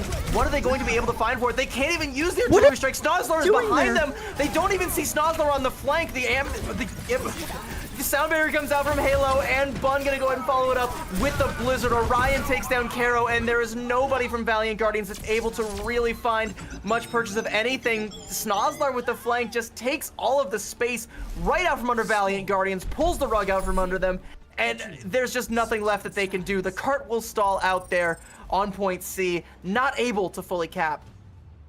I'm guessing Snozzler just literally ran like up and then jumped down. I don't think like we can understand how important that pick was. That was one of the only ultimates online for Valiant Guardians, was that artillery strike. So when Wisp is taken out by their counterpart in Snozzler, like one of their biggest tools is just gone. It's done and dusted. And Valiant Guardians have no more time on the clock. They had 5 minutes and they just consistently got stopped over and over and over again. Washington Timeless did a great job of constantly using that aggression to split them up. They got like run over, which is ironic, because that's what Valiant Guardians did in the first 2 points to get such a good time bank. But Washington Timeless, they adapted, they were able to adjust their own playstyle, and they make it work. It's gonna be still quite a bit of map to go. They gotta go all the way till basically the very end if they want to win this one out. But that was an amazing hold at the last hour. Spawn advantage is a hell of a thing to overcome, especially when Washington Timeless have such a solid game plan and such a great ability to cycle ultimates out. And like you said, finding the picks that they need to find at the moment that they need to find them, not letting Wisps build up to that artillery strike, which even still is kind of like, you know, sometimes a throwaway ultimate just used to bait out Immortality Field, but you don't, if that's your only tool and you don't even have that, then you just don't really have any way in. There is no key to unlock the door that Washington Timeless put ahead of you. But you know, as we go in, we're seeing a little bit more of that Sigma versus Sigma. Interesting though, Wisps on the Soldier. Also, Kiro gonna be on the Brigida. I like this actually because the Lit Flail can do a lot. It can really disjoint someone. It can stop any sort of push. They're gonna have to leave. Yeah, the wall's gonna come up immediately, and oh, Kiro gonna get a taste of their own medicine. So how was that about whip-shotting the push there? Didn't really come through. Caro just gets run over there. But, you know, a couple good picks, though, from Chisato. Snozzler is down. Orion is down. That's a lot of ability for Washington Timeless to control space. And Bun, both for cooldowns forced down. But hello, from the high grounds, True Moon, nobody saw them coming. And that Accretion takes down Wisps. And, I mean, the remnants of Valiant Guardians are currently surrounded. And they've got Moving Fish forced back into this little alleyway and a nice little Maywall to keep them comfy there. And this might actually be Washington Timeless able to recover. They've already got a tick. They're going super, super aggressive here deep into the enemy spawn to take down Moving Fish, and they do just that. Just unbridled aggression. I really like this. This aggressive play that we saw at the end of third point continues. And even though they get that first pick, like they continue to push the message the entire time. They push for eliminations. They don't just hold the point and say, all right, well, now you can come to us for the recontest and then we'll try to win that fight. No, they're going to go one by one, stagger by stagger, and find that first point with ton. Halo's given a heart. It's giving a little bit of a heart on the cart. It's giving me flashbacks to World Cup with France. But yeah, they are taking such aggressive positioning. Halo's the payload princess right now, while the rest of Washington Timeless are pushed super far up to try and hold space, and Valiant Guardians have finally come back out of hiding to try and challenge them for it, but a Gravitic Flux gonna come out from Trumu. We'll see what it's able to find. It doesn't look like a whole lot, but it is going to also force out that duplicate from Chisato, but not able to build it with Blizzard before being forced out, and Wisp takes down Snozzler. Bun forced to invest the Blizzard of her own, and Washington Timeless, despite losing Snozzler, are still going turbo aggressive. Valiant Guardians aren't really able to find a way to dig their heels into the dirt. Oh, the creation. Zato's lucky to be alive right now. This cart continues to roll as this fight is breaking out everywhere. On the car, off the car, on the side where you can fall off of the map is going just every which way, but this Gravitic Flux from Mooning Fish might put an end to it. Oh, it's a great sound barrier from Halo, but it doesn't catch Orion, so the Baptiste now off the field, and without that healing, your Sigma's not long for this world, and this might be Valiant Guardians finally taking some agency in their own destiny, stopping the push from Washington Timeless, and getting themselves a strong defensible position. Statistically, this is one of the most difficult points to full Thanks, hold. Like, I think professionally, it's like generally it never happens. But if you get a full a hold here on second point, it would be huge. I mean, the more time you can kill off the clock, I think is the most important thing here. So Valiant Guardians, the fact they're able to like actually get a stop to this push after what was a great aggressive attacking round from Washington Timeless on the first point is nice. And now we're gonna have a pause to get a little bit more time to discuss this. But this is the time they got to dig in their heels, right? Especially getting that sound barrier out. That is priceless because now you have a huge advantage. You have your own sound barrier that Kiro has tucked away. You can use it aggressively. You can save it for potentially a Gravitic Flux on the other side. You can save it maybe from another sort of more offensive sided ultimate. Valiant Guardians are in a great spot. Maybe not to like hold this point completely, but I think they at least win one more fight. And the more time they can get off the clock, especially because they didn't get the full cap themselves, the better. I mean, you talk about getting that sound barrier out, and it was a great sound barrier from Halo. I love where she was positioned to be able to get that out so she wasn't caught in the Gravitic Flux, but was still able to help those that were caught in it. But while that was all happening, Orion just got segmented off from the rest of the team and ended up getting melted down, didn't get the sound barrier. And again, without your Baptiste able to help sustain everybody else, that overhealth is going to melt away fast. And when it's gone, it doesn't come back. And neither does the rest of your team. It's a great fight for Valiant Guardians to finally get their claws back into this game and find themselves a defensible position at the end of point B there, where, sometimes it takes a C9 to be able to cap it.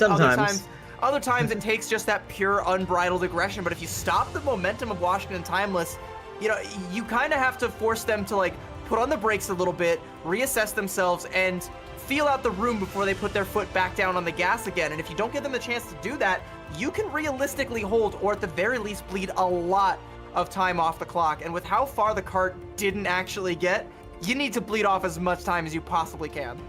Did it even get around that bend? I don't think it got around the bend or the second bend of that third point. So the golden box of victory, if you're able to get to the third point as Washington Timeless, is not that far away.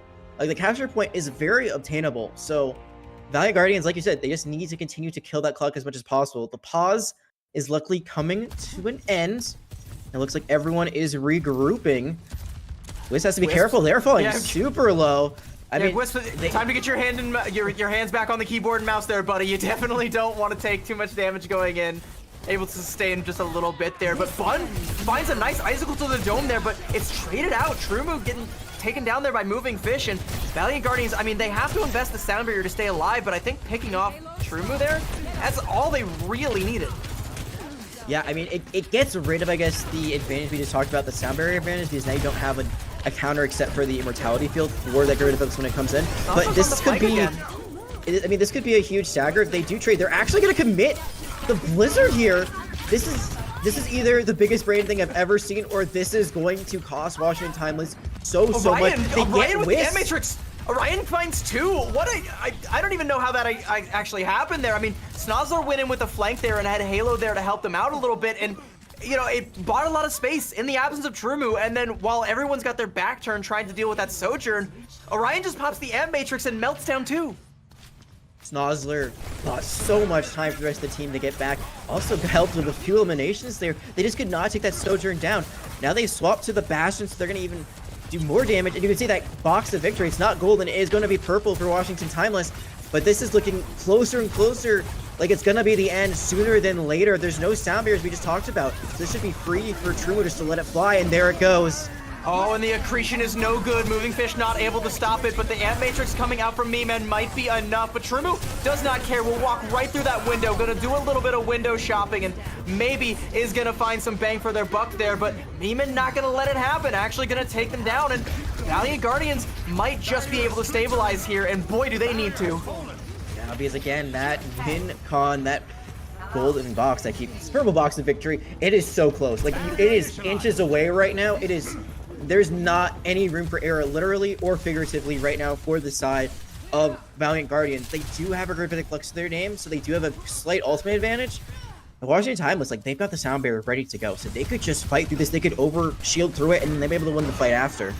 The wall? Gravitic Flux is their only tool, and they have to cycle their ults perfectly, but it goes wide, and no Sonsler takes down Chisato. That is catastrophic for Valiant Guardians, and Washington Timeless, they can smell blood in the water. It's just a march, the drums beating as they all march forward and take the cart into the golden box of victory. That's a 2-0 for Washington Timeless in what was a incredible series from Valiant Guardians, but it just wasn't enough to pump the brakes and stop Washington Timeless from running them right over.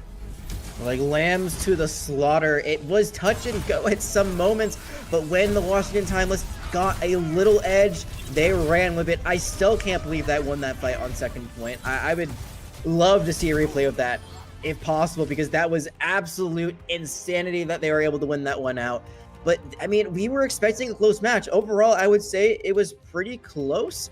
It is, again, a 2-0 scoreline, but I don't think that really reveals just how back and forth this series was overall. And we got to look like at how they did that as Valiant Guardians 3-1 in that upper bracket final last time, and then a 3-2 in that grand final between the two teams that Washington Timeless did end up taking. And I think, you know, we can point to those changes in support as maybe one of those big factors. Halo moving over to Washington Timeless. Aramori, again, not able to be in the starting lineup this weekend due to some personal stuff. Hopefully we'll be able to see her next week in the playoff bracket, but just not able to bring that same sort of fight that they did last time around. Still good fight, but not the same one. I'm curious to see what the Halo and Aramori backline is capable of, but what the scary thing is they just took down one of the top teams in this entire tournament, 2-0, with Orion, one of their substitutes, coming in to play flex support, which is a very highly impactful role. And it feels like the team didn't even miss a beat having that substitute in there. They were still able to play full octane, pedal to the metal, nonstop. And sure, a couple times did get stalled out by Valiant Guardians because they're just that good. But Washington Timeless were just better, just cleaner, specifically on this Sigma composition, the composition that won the Florida Mayhem, the Grand Champions, the Grand Championship at Grand Finals. And if this is the meta, if this is where things are going, and Washington Timeless are this far ahead of the curve, and Valiant Guardians couldn't stop them, who can? And I think one thing they did really well, and I want to give a big shout out to Bun Mei, not the flashiest of DPS characters. I mean, if you hit those headshots across the map, obviously that looks great, but the wall placement, there were just so much good displacement. The blizzards are pretty good too. A lot of the time not used for those big teamfight wins, but trying to get someone zoned out in particular and then winning the fight off of that, or just creating space. Like, that is what you need from your Mei. They need to be one of the biggest brain players in the room, and Bun, she played it to perfection. She created so much separation. We're gonna look at the stats for the tanks and see some of the Sigma differences. But overall, I gotta give like a shout out, especially to Bun and how she played.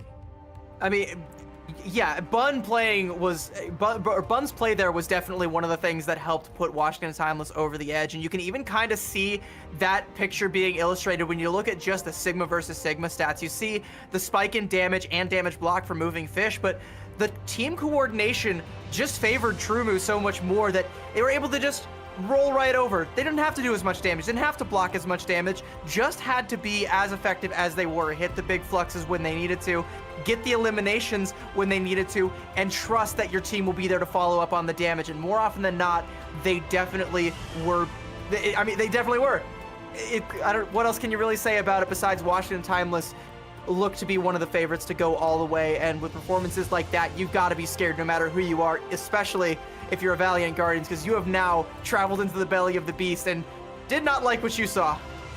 Again, this is Swiss stage, so it's not like we're eliminating them to lower bracket or anything. They still got plenty of games. It will be a blemish on that record, so it's not going to be that 5-0 report card they were hoping for on the side of Valiant Guardians. It's going to be a 4-1 at best, but still very reasonably decent record if they're able to obtain that. I'm expecting them, honestly, to be able to get a 4-1. I think they're like definitely top 3 in this tournament, even with some differences in their support lineup for this iteration of Calling All Heroes. But I'm expecting great things for them regardless.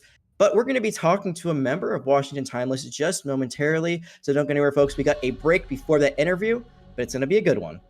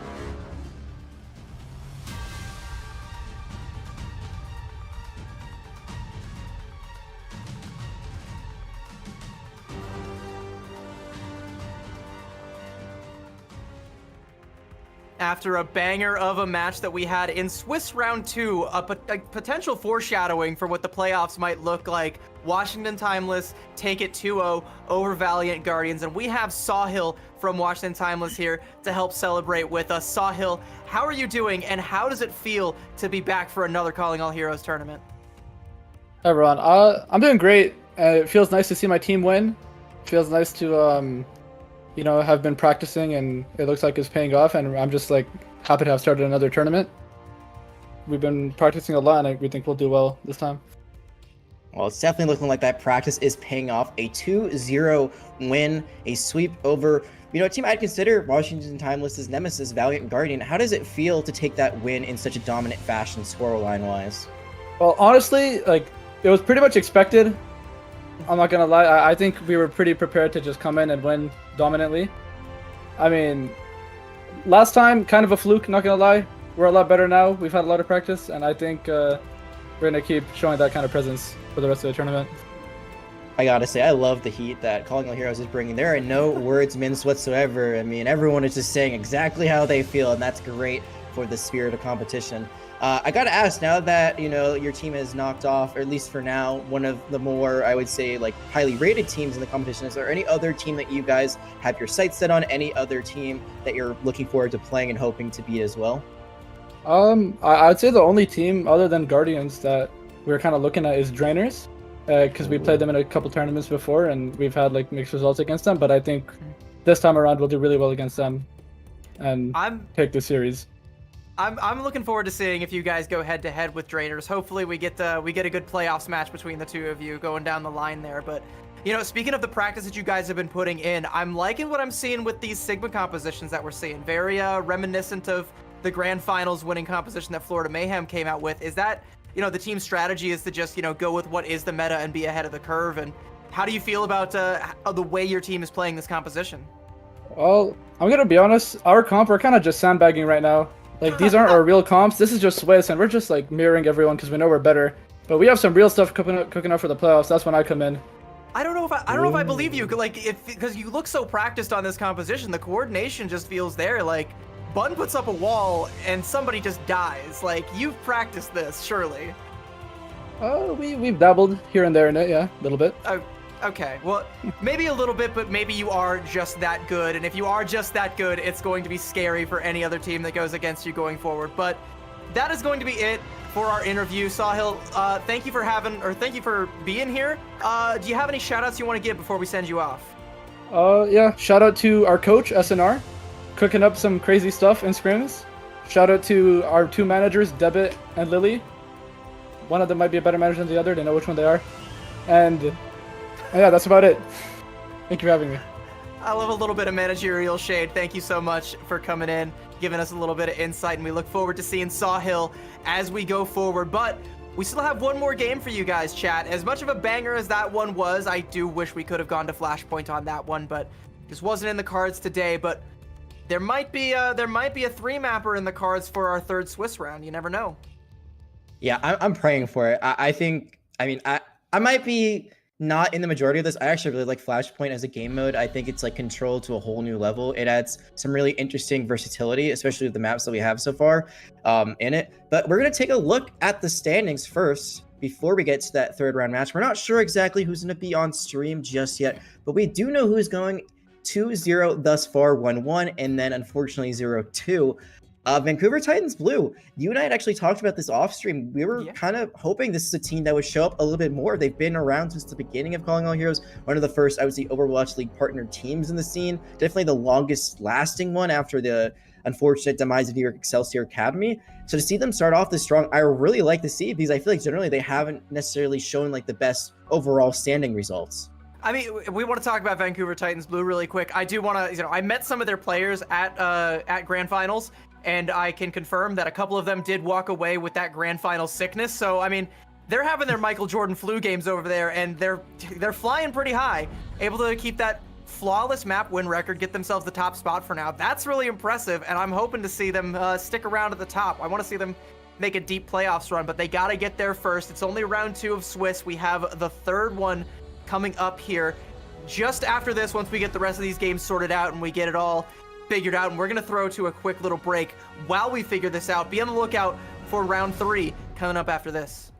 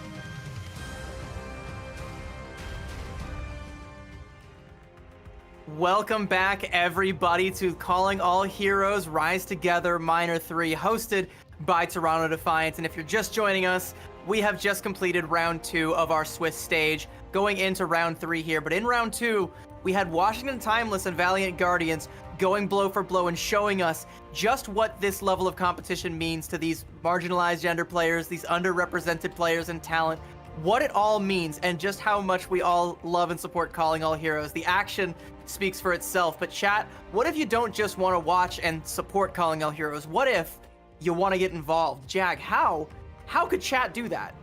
Well, there are plenty of ways to get involved with Calling All Heroes. First of all, you can head to the website, callingallheroes.gg, to learn more about exactly what this is, a gender inclusivity program, and exactly how it works. You can also go to the start.gg/callingallheroes page to see all current and upcoming competitions like this one that you are watching right now. And then last, but certainly not least, if you want to get involved as a player, participate yourself, join the official Calling All Heroes Discord for a chance to either form or join a team. There's still plenty of time to get yourself in there as a player. Get yourself maybe some of the cash prizes with Major 3 around the corner. Who knows? Maybe get yourself some circuit points. Make a name for yourself so when Calling All Heroes comes around again, people are going to want you on their team. There's plenty of room to grow and cultivate as a player and as a talent. Any part, any role, there's so much room for you to grow and learn, and it's a wonderful experience, and I can safely say that I wouldn't be where I am without Calling All Heroes, and I'm so thankful that this program exists and that we have a place for us all to learn and grow, and that you guys can get involved, because that is absolutely incredible. But speaking of incredible, we just witnessed an incredible matchup, and we've got one more for you coming at you. It's going to be Fable versus Aegis to close out the night here. We got these two teams, and there's a lot of moving parts on both of these teams. Some very well-known players on some newer rosters. We'll see how they end up shaking things out here. Yeah, and this is a big statement game. I do believe they are both 2-0 in the standings currently, so two of the top teams currently through the first 2 rounds of competition, and only one of them, again, can go undefeated. Something's got to give. One of these teams is going to fall out of that perfect score line, that perfect series line. And I got to talk about Fable really quickly. I feel like, just from experience, like from what we've seen from them already, they are probably the team to beat. I mean, they did really well in the last minor, finished with the 8th. Making it all the way to that playoff bracket is an accomplishment in itself. And Avery, their tank player, has been in the scene for a long time. I believe I have casted them through like initiatives like this, other areas of Path to Pro, as well as Collegiate. So they have been a mainstay in competitive Overwatch, and they have always been a standout performer. Hey, and you know what? They also helped me edit my reel, so shout out to Avery for that one. Not just a great player, but also, you know, a great editor. A true homie. Yeah, a true homie. What can I say? Thank you so much for that. But hey, that's not what we're here for today. Today we're here to see how well you perform with your team on the stage here. And of course, you know, Avery is no slouch. Avery is definitely very capable of holding their own. And along with this backline, I'm interested to see what the Fable backline has to offer. We got Gusty and we got Panther coming in, and I know Panther from several other teams is a very capable support player, can pop off, especially on that Kitty Go. So I want to see what Fable comes out here with. It's an interesting team, lots of potential for some interesting looks here. Anyone's guess what they're going to come out here with, and anyone's guess what Aegis is going to come out with as well. Yeah, we're gonna have to see that lineup pulled up momentarily and see what they can bring to the table. I'm already loving the Doomfist. Just give me more Doomfist, please. Like, there's not even a really specific reason. I'm not even saying like that Doomfist is the best tank to play. I just think it's the most fun tank to watch and commentate on. But going, like, we know this is going to be an Antarctic Peninsula first map. And, you know, obviously they're just favorite heroes. These aren't necessarily heroes they're going to play. But I feel like Antarctic Peninsula is a very brawl-centric map. Like, I'm expecting, like, Orisa, Rhine, Junker Queen. So we're going to have to see if Aegis can kind of play to that style or if they're going to try to do their own thing. I'm glad you mentioned Junker Queen specifically, because remember at the top of the show when I touted Kindred as potentially the best Junker Queen in all of Calling All Heroes. I say potentially because there is another, and if she decides to come out with it, Mari is a very, very capable Junker Queen player that can take control of the entire game into her own hands. And with a team like this to support her, that is definitely something to be on the lookout for. And like you said, Antarctic Peninsula, it does indeed play into that Junker Queen style, that rush style, something that she's going to be really, really good at. I don't expect we're going to see the Doomfist. I would probably expect to see the Junker Queen come out, and if so, I would watch out if I'm Fable. Yeah, this can be... I feel like this is a very interesting control map versus the others. I feel like there's a lot of high ground generally in the other maps.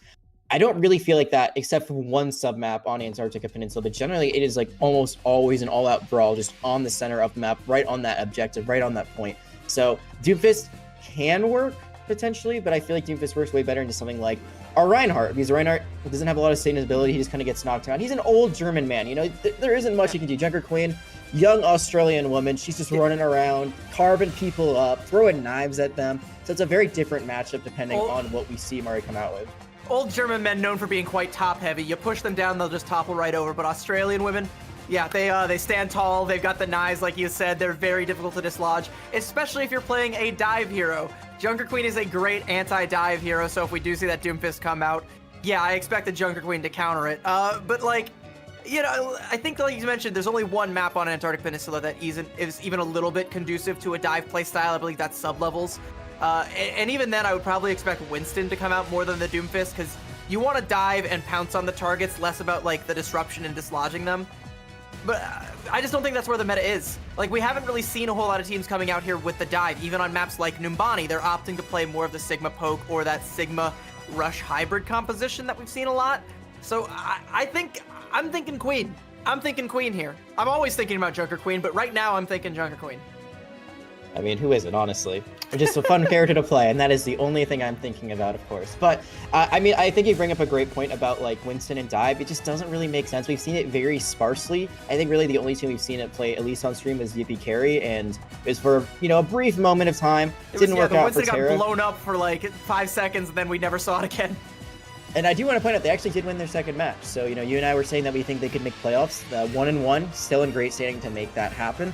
But, yeah, I think, like, Labs, Icebreaker are very much just like two teams just running at each other head on. So again, like Junker Queen, I am expecting we could see some variation of it, but Like, I think Ryan honestly is not that strong unless you can really utilize like the Symmetra play that we've seen in Overwatch League playoffs. That really is what enables him to get around. Because again, old German man, very slow. Even with his charge beyond that, he can't really do much.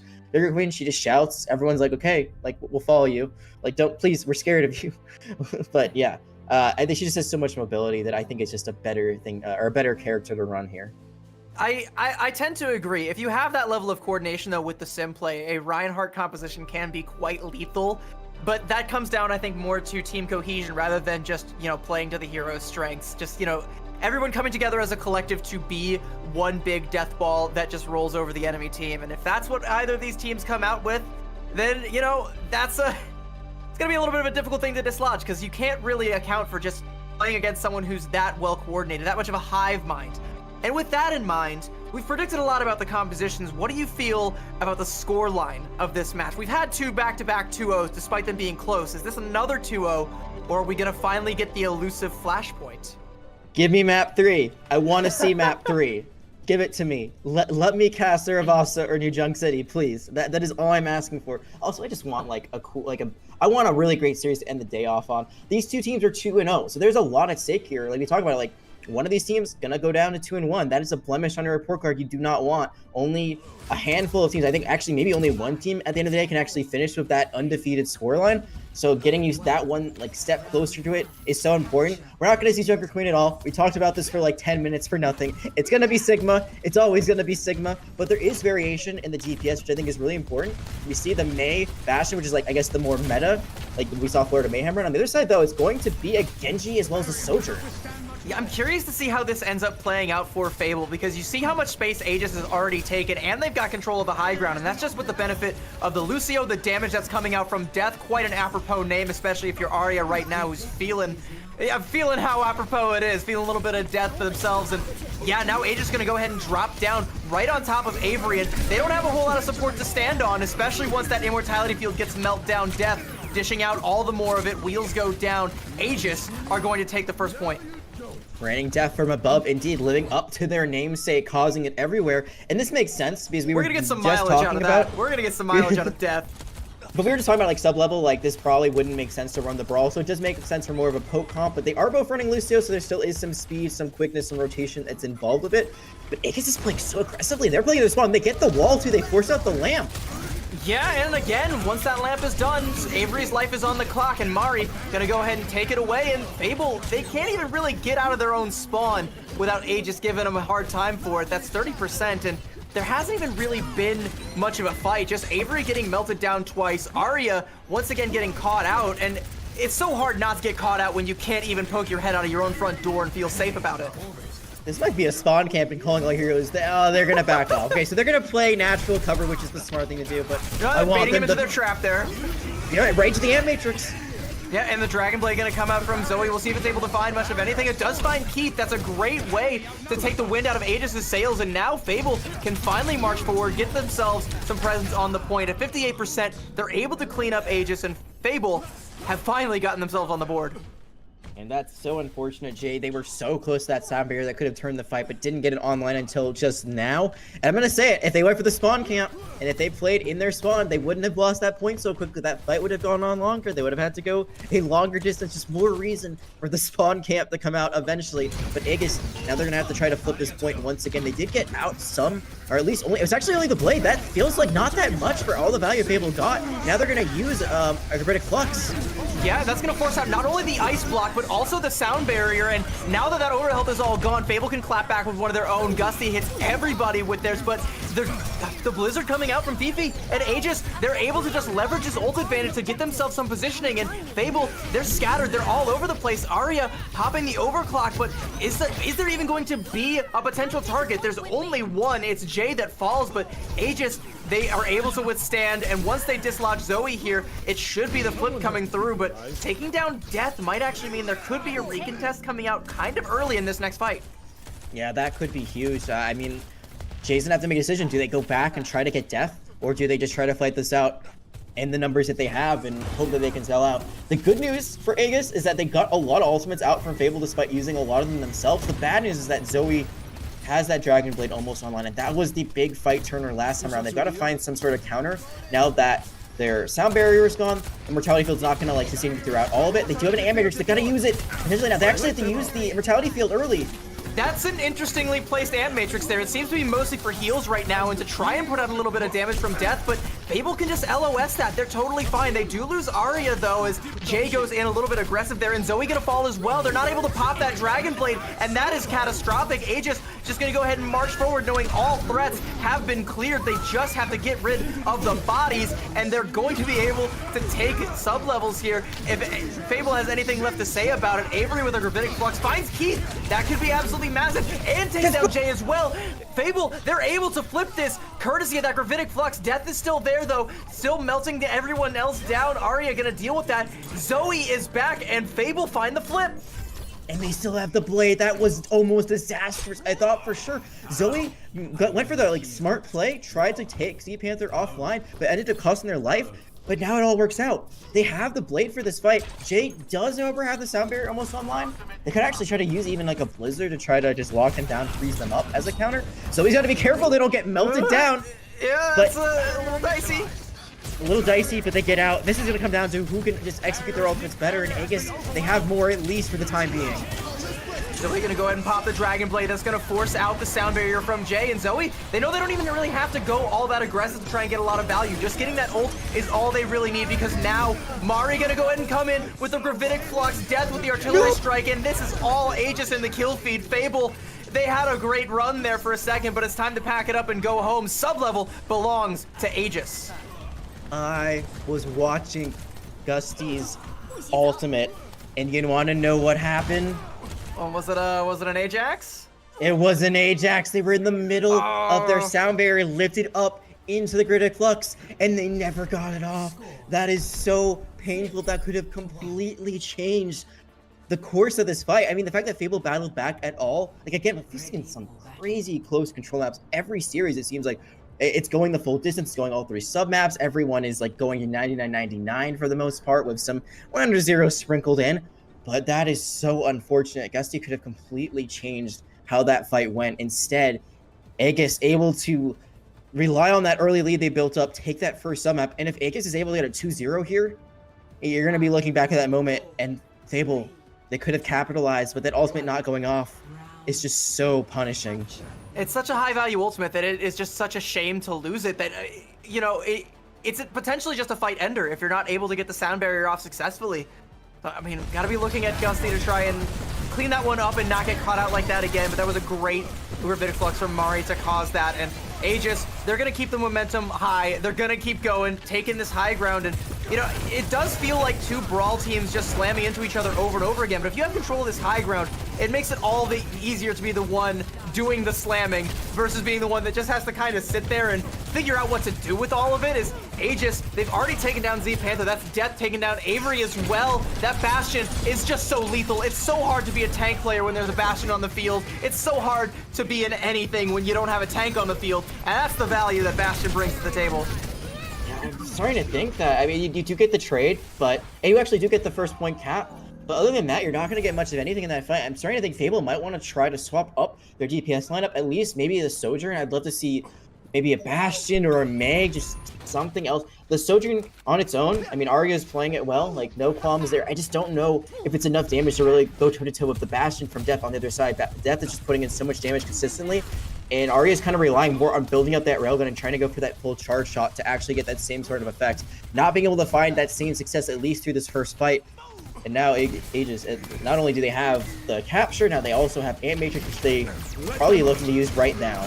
It's the pick potential of the Sojourn that you're going for, but that only really matters if someone pokes their head out, and Keith does just that to illustrate my point. That's a great pick off there from Arya, and with all the healing gone, Fable, they found themselves a way in. Avery gonna take down Death, facing down Death itself and taking them down, and Aegis, they're evicted from the point there. Great play from Arya to open it up, and Fable have gotten themselves on the board here.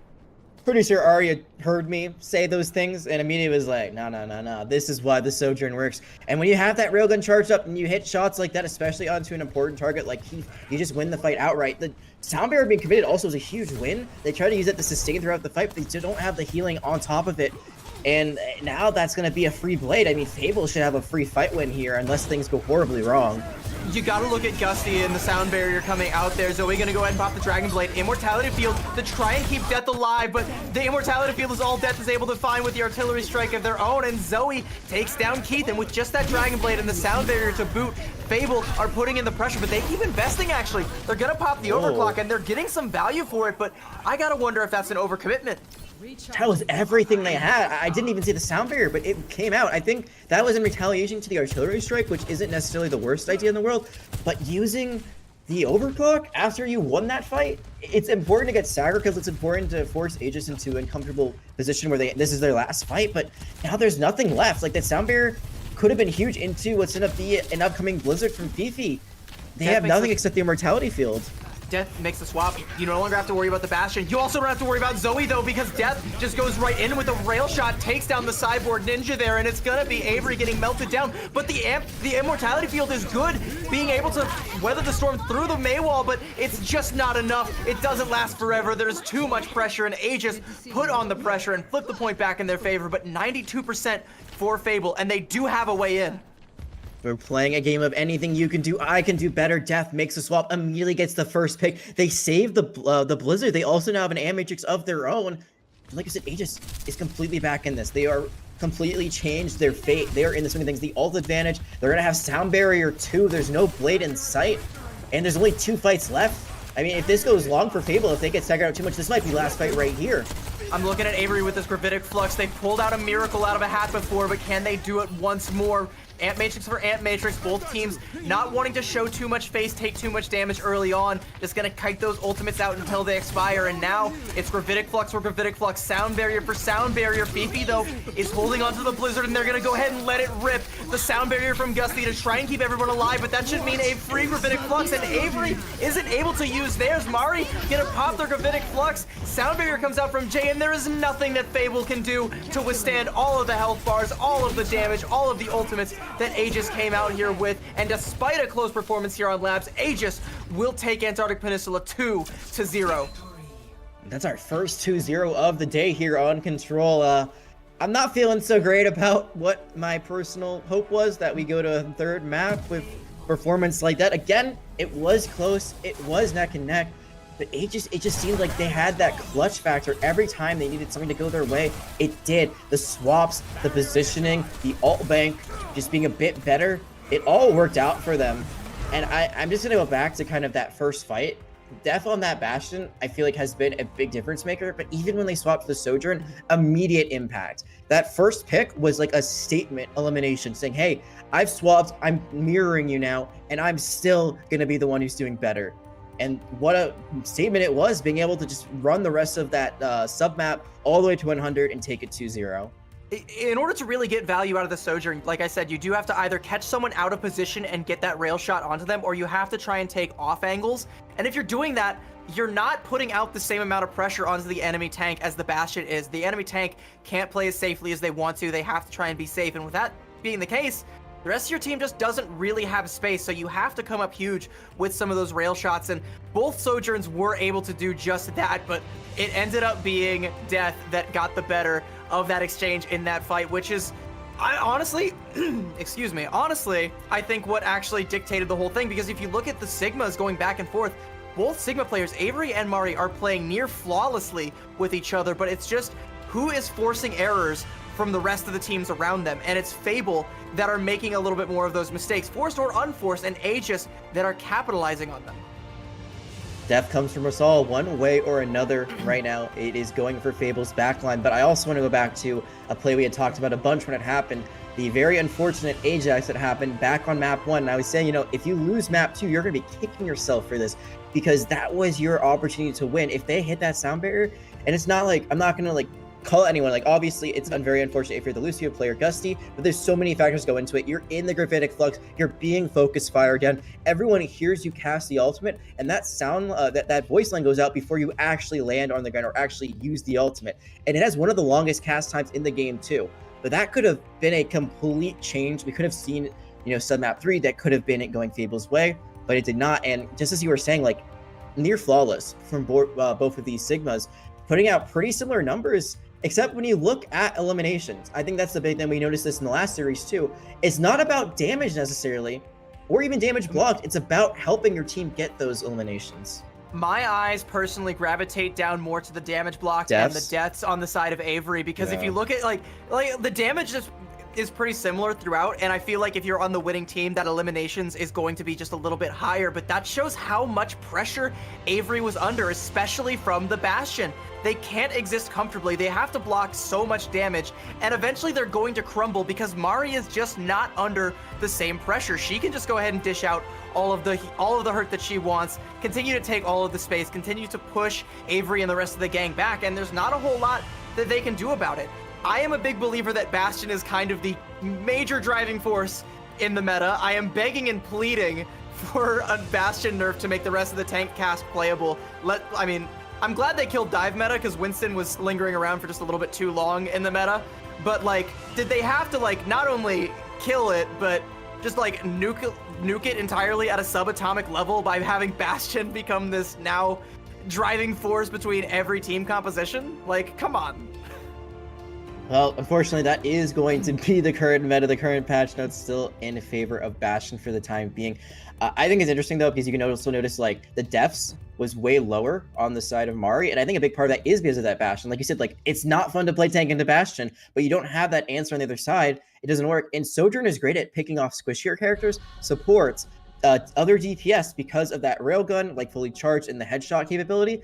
But it feels like when you shoot into a tank as Sojourn, you're kind of just like firing like a Nerf gun at them. It's just like kind of bouncing off them. If they can get healed up, it doesn't really matter. The railgun shots, I think with an overclock, if you like consistently just hit like headshot after headshot after headshot, then you could find value of the Sojourn into a tank. But in general, not so much. We are going to be moving on to map 2, and for the third time today, it's gonna be Numbani. I'm really wondering what it is about Numbani that these like teams like so much, but hey, we've seen it every time. So what I think it is, and this is just my kind of tinfoil hat theory about it, I don't know.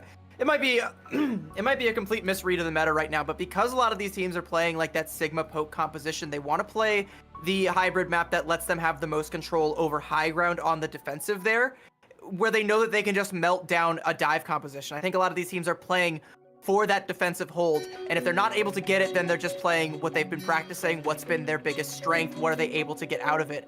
That said, you know, having it be the one that has this high ground and where it does kind of seem to favor dive on the attack, that's always something that we could see. And we do know that, again, yeah, Mari likes to pop out with that Doomfist every now and then. She's great at it, but she's also really, really good at the Sigma, and that might be what they decide to go for on the defense. It's really anybody's ball game here, but I think just because Sigma is like the meta when it comes to hybrid right now, this is where everybody is currently practicing. And also, just Bastion. It's a great map for Bastion. And chat, I want you all to do something like when the show's over here, if you don't believe me, load it. Oh, we got time. Okay, cool. I can go off on this tangent. We're going for a pause real quick. If you don't believe me, go into even just a quick play game after the show today. Boot it up. Pick tank in roll queue. Pick Winston and see what happens after you have one good fight. What's going to happen is one of the enemy DPS is going to play Bastion. And suddenly the tank rock, paper, scissors doesn't mean diddly squat anymore, because you now need your DPS to either match or shut down the Bastion, or you just simply don't get to play the game. You get to find a corner to peek, get real acquainted with the paint on that wall, peek out, maybe take a little space, and then get forced back with your tail tucked between your legs. Get the primal leap back to spawn, basically is what you're saying. You go in and you're out. Immediately back into the gray screen. It's like the hokey pokey. You put your left foot in, Bastion takes it off, so you take your left foot out. You swap the Junker Queen and you use Commanding Shout. That's what it's all about. Let's go.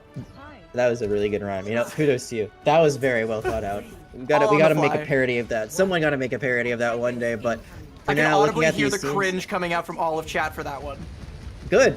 The cringier the better. But what we're gonna see is that Fable's actually gonna be running the Bastion themselves, something that we did not see at all on Antarctic Peninsula. And Aegis does not have it at all. They are actually going back to the Sojourn, going to a Genji, so they are running the same line for DPS lineup that Fable ran and lost on. Yeah, a little bit of a Missy Elliott, flip it and reverse it, but Fable just walking right over them. Mari dead, Jay dead, Death able to clean up Gusty, but I don't think that's going to be all that much when you have already lost so many resources. And Aegis, yeah, they're about done. This Fable just go ahead and walk forward and take point A, and this is again where we were talking about, where if you can't hold the high ground effectively with this composition, it just kind of crumbles, and now the momentum is in Fable's favor. Absolutely, they get the swap. They get the point. They are now going to force Aegis to swap, so they've gone back to the May Bastion.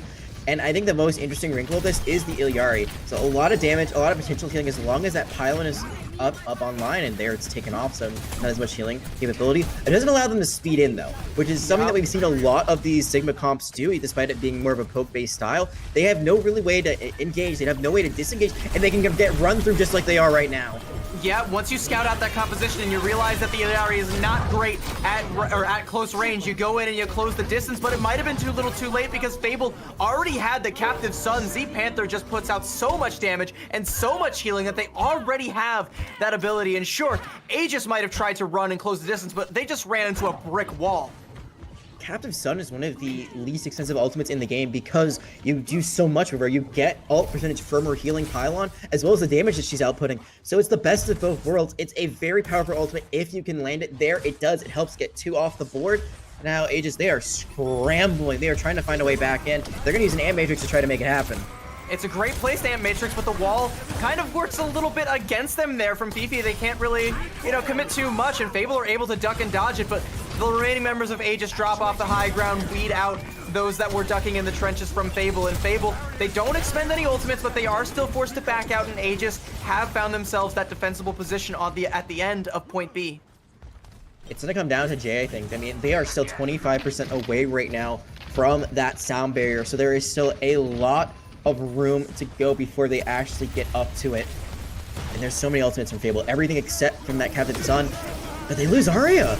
Yeah, and there's all that aggression coming out from Aegis. They invest their Gravitic Flux and they splat Avery back down to Earth, and Fable, they're not able to do a whole lot when they don't have the space. This is again that Illari versus the Lucio that we're seeing, where Aegis have the ability to go aggressive and take space, where Fable, they have to rely on Panther hitting those shots.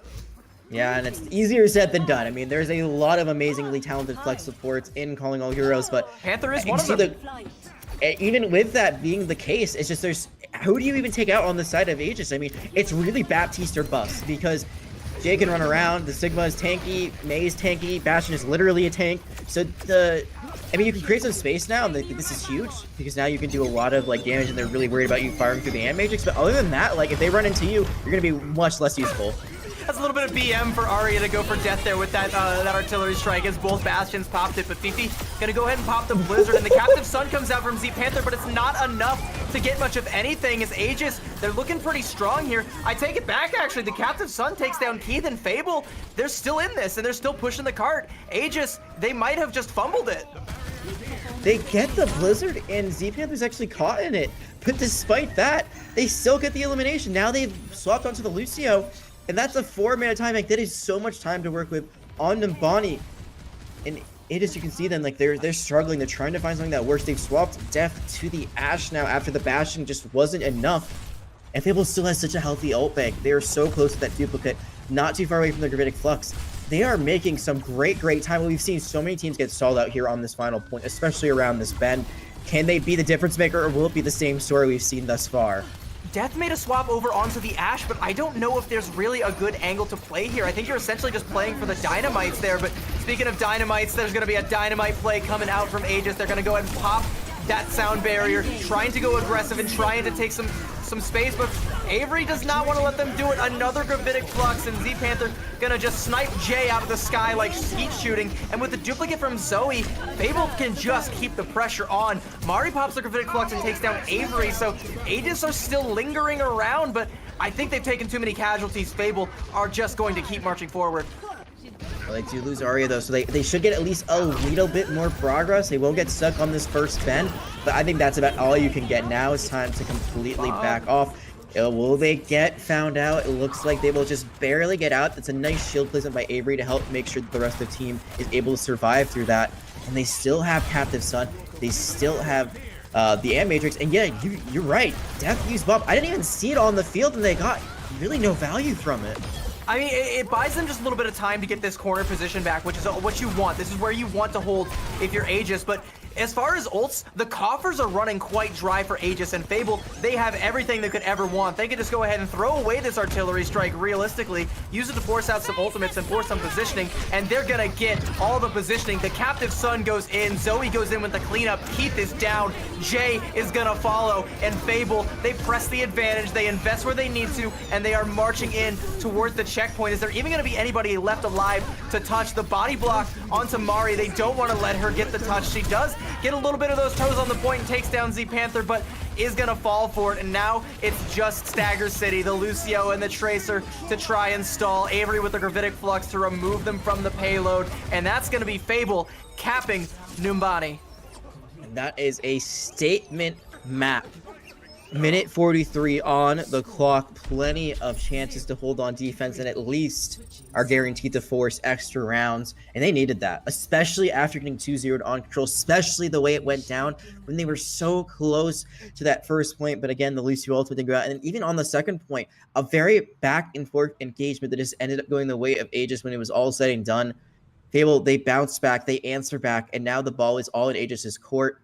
And they showed us a different look. Like they made the Bastion from Arya work, which really makes me question why it didn't come out on Antarctic Peninsula. Maybe they just thought because of the geography of the map didn't make sense. Maybe if their play style didn't make sense, but they adapted here. I mean, they swapped off of the Lucio. They went, at least for a little bit, they went, like they started with the Illari, but they did go for the Lucio at least for the recontest.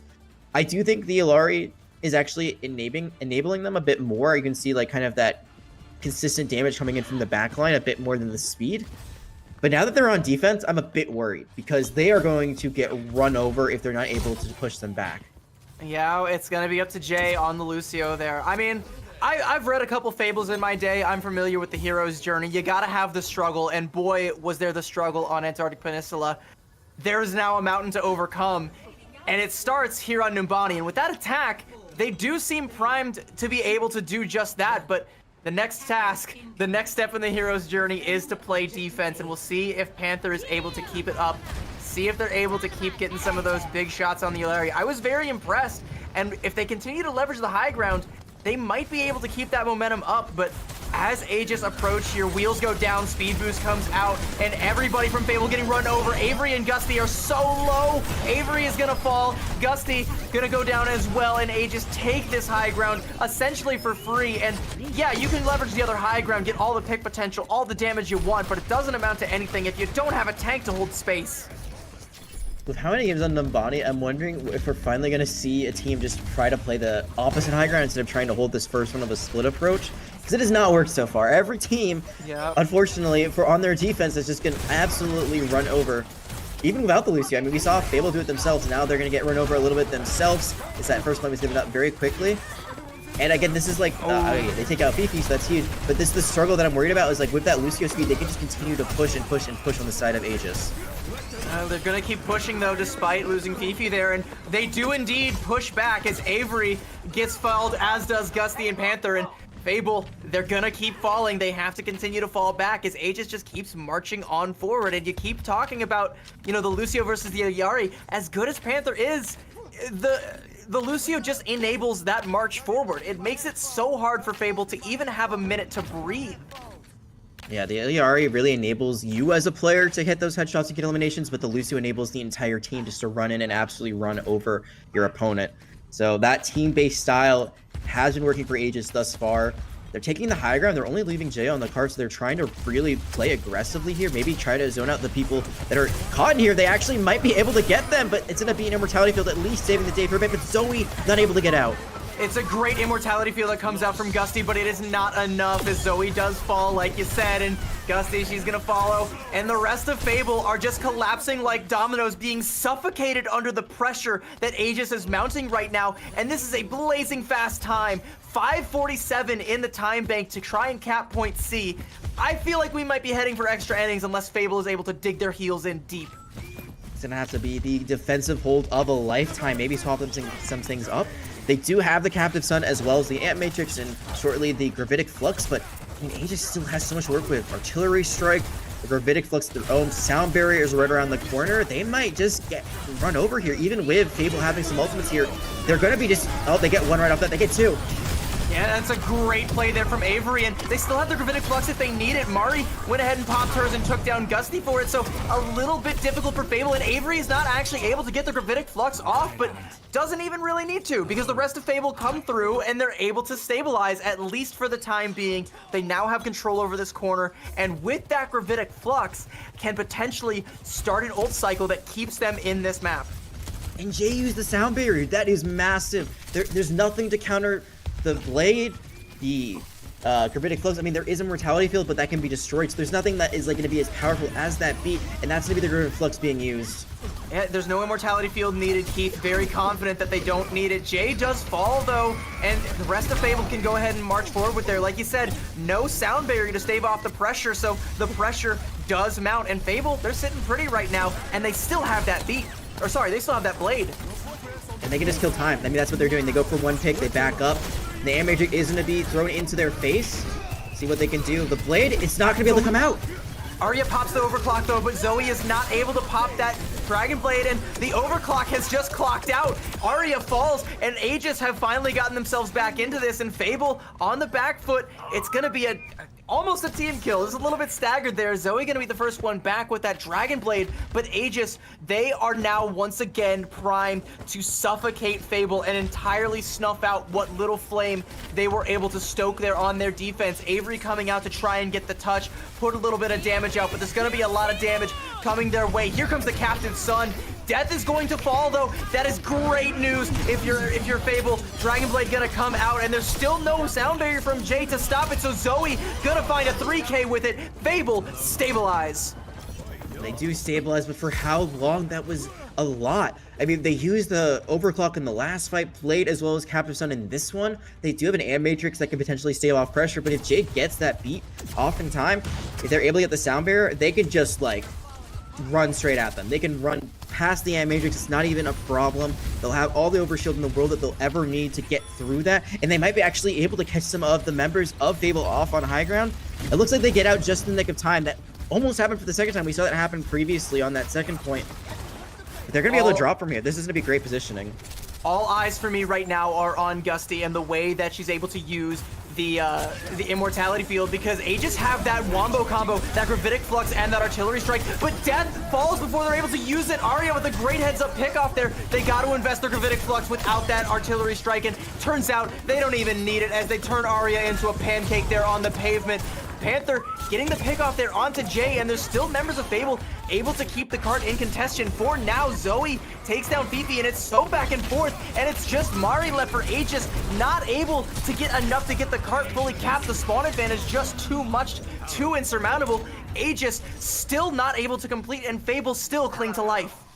And this is where you see the Illari really pay off, because there's nowhere to run. I mean, the speed boost as a defender does not matter here. You're already backed up all the way in your spawn. When you're able to get the tap onto Jay to get the headshot, able to take them offline, and then even if you fall, just build enough time for this for your team to re-engage, it's all you can need and more. That's huge.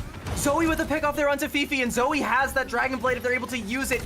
Able to get back up to full HP, and Aegis, they have to try and play safe. They're gonna go route around the corner here and pop the Ant Matrix, but Fable, they just kite it. They're gonna go ahead and pop the artillery strike as well to try and force people back, but they're bleeding resources and they haven't found any kills, and Fable, they have everything they need. They still have the blade, they still have the Gravitic Flux. Mari with a huge accretion to take down Gusty though. Gravitic Flux comes down, as does the Captive Sun. It takes down Death. It's so scrappy either way, but it looks like Aegis are getting the better of it, and that might be the cap. Fable still have a couple of resources, but are they going to be able to stop this cart? The Blizzard, they need the Blizzard on the point. That is Zoe the falls. ultimate win con. They do get Zoe. They need it on the cart right now. They are going to finally use it. That's enough to at least take out Arya, and this should eventually finally be the capture, unless things just somehow flip, but I don't see that happening. Dragon Blade from Zoe comes out. There is actually potential. Zoe with two, and Gusty had taken out one earlier on in the fight. Gusty hangs on, or Zoe hangs on, sorry, but gets just a little bit too far away from the cart, and Mari is able to get the cap there. There was potential there for Fable to turn that back in their favor, but just not enough bodies to keep it on the payload, keep themselves on the payload and keep it in contention. Yeah, I'm not gonna call that a C9 just because I feel like that's just unlucky. Like you're dashing through, you just miss the point by a sliver. It's you think you're there, you're not there. It's very unfortunate because I do think that was full holdable. But even so, like the fact that Fable, it was 540 when they just got to that third point. They killed 4 minutes and 40 seconds off the clock. That is insane. It's now just they actually have an advantage. A-tier picks and ult cycling. That's all you have to do, especially once you have that spawn advantage. You use the ults, you press your advantage, and find the picks you need to when you need to find them. And I think the most important thing from all that is that now they actually have the time make advantage. They have almost double the time, almost 2 minutes. That gives you a lot more time. This is a very far attacker spawn. It takes you quite a while to get there. We're gonna look at Zoe stats as Genji did a great job in that final fight, keeping things alive, especially with that blade. But like, you lose this first fight as Aegis and you don't take it quick enough, that might be it. Like, you might only get one opportunity to go as a full team. So there's a lot more pressure now on Aegis to like win this first fight, get that first point capture, and get that cart moving. It doesn't seem, though, that Fable have learned their lesson because they're still going for that split approach. I mean, they have the Genji. They're not playing the Ashe anymore, but they do have Arya on that Sojourn, and it's still that split high ground approach. You got to believe Aegis is going to go for what works, what brought them to the dance so far, and that is speed boosting right in, and they take down Gusty. That is, again, all your healing gone. You can't sustain a tank for all that much longer, so Avery's life is... It's numbered. Their days are numbered. Fable, they have to back up a little bit as Aegis have the high ground here, but Zoe, the hero of the story, going in, taking down Death, has to try and get the Mega to try and stay alive, but while they dip away, the rest of the bodies fall, and Aegis are gonna cap point A. They are. Zoe, not gonna be long for this world. Immediately is gonna be taken out. I thought there might be a chance where they contest it, stall it out a little bit longer, but honestly, it doesn't even matter because this is now gonna be overtime no matter what. Aegis always has to have someone on the cart. They step off it for just a little bit too long. It's going to be lights out for them, so they have to be really careful about their positioning. You see them playing very aggressive. They did this last time. They took this high ground very quickly. It worked out pretty well, but I'm a little bit worried of how far away the cart is. If they lose this fight 4v5 here, like this is it. This is the game over for them here on Numbani. You gotta try and stop this cart as quickly as you can if you're Fable. You can't let this start to spiral out of control. And Matrix are gonna come out from Keith to try and start that spiral, but Fable, they don't have to show their faces. They don't have to check it too much. They can just let it expire, but that's cart progress. You take that if you're Aegis, but the immortality field being forced out means if Zoe gets healed, there might be a way in for the Genji, but Avery gets so very low. The Maywall to isolate them. They're able to hold on just a little bit longer. The Captive Sun comes out, but Avery falls. The Captive Sun doesn't find any kills. Rabbinic Flux comes out from Mari. Death has fallen, so there's not going to be a whole lot of follow-up for the damage that comes out. Arya popping that overclock. Is it going to be able to find much of anything? It does find that immortality field. Zoe with a kill there onto Jay and Fable are buying their way back into this. They have to invest everything they have, but it might just be enough to finally stall the cart out, and indeed it is. Halfway through point B is where that cart will stop, and with 2 minutes, Fable, they have a win condition. If they're chasing that storybook ending, that is where the next chapter begins. You gotta remember, this is Aegis in the series lead. It's only a 1-2, so this is very important for Fable. If they want any chance of getting that undefeated record, exiting the day, or the first day of this Swiss stage, this is the last game of the day, the last round of the day. They have to win here to give themselves a chance. Aegis, not exactly in the driver's seat, but still a very good, I would say, a solid push overall with only a minute to spare. They get halfway through point B. So really, Aegis has to hold like the first point for a little bit longer. Like they got to kill some time off the clock. The second point, it almost always goes the way of the attacker eventually. So it's going to be all about how they hold this first point down. And I really want to see not the same exact hold that every team has tried on defense and every team has fallen using. It doesn't have to necessarily be like on the other high or just anything else, you know? I'd like to see a successful defense just once on point A, please. Just a crumb of successful defense. Don't just get run over by a Lucio and a Bastion on the high ground and be forced to like vacate the premises. Yeah, this Bastion put in quite a bit of work, has helped get their team into this potential series clinching scenario, but still some more work to be done. I think with this May, they have to, like, you gotta wall someone off, but there's gonna be a Bastion on the other side. There's gonna be an Echo flying around. So this wall might not be nearly as useful as you'd expect it to be, because you think you wall someone off, oh, it's an instant kill, but with all this, like, burst damage, it might not really amount to much. They might just get run over again.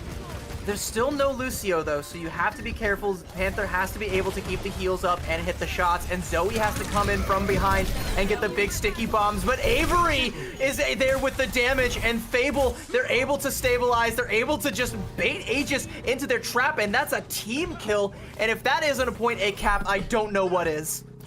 It's not looking good for Aegis getting the 2-0, but it's looking pretty good that we might be going to Flashpoint. It's a little bit more push from Fable to get it across the finish line. Here's the most important thing with how quickly they took that point. They could actually potentially lose a fight here and still have time to recontest. It really depends on where. Like, they got to lose it basically at this corner and still have like 20-30 seconds left.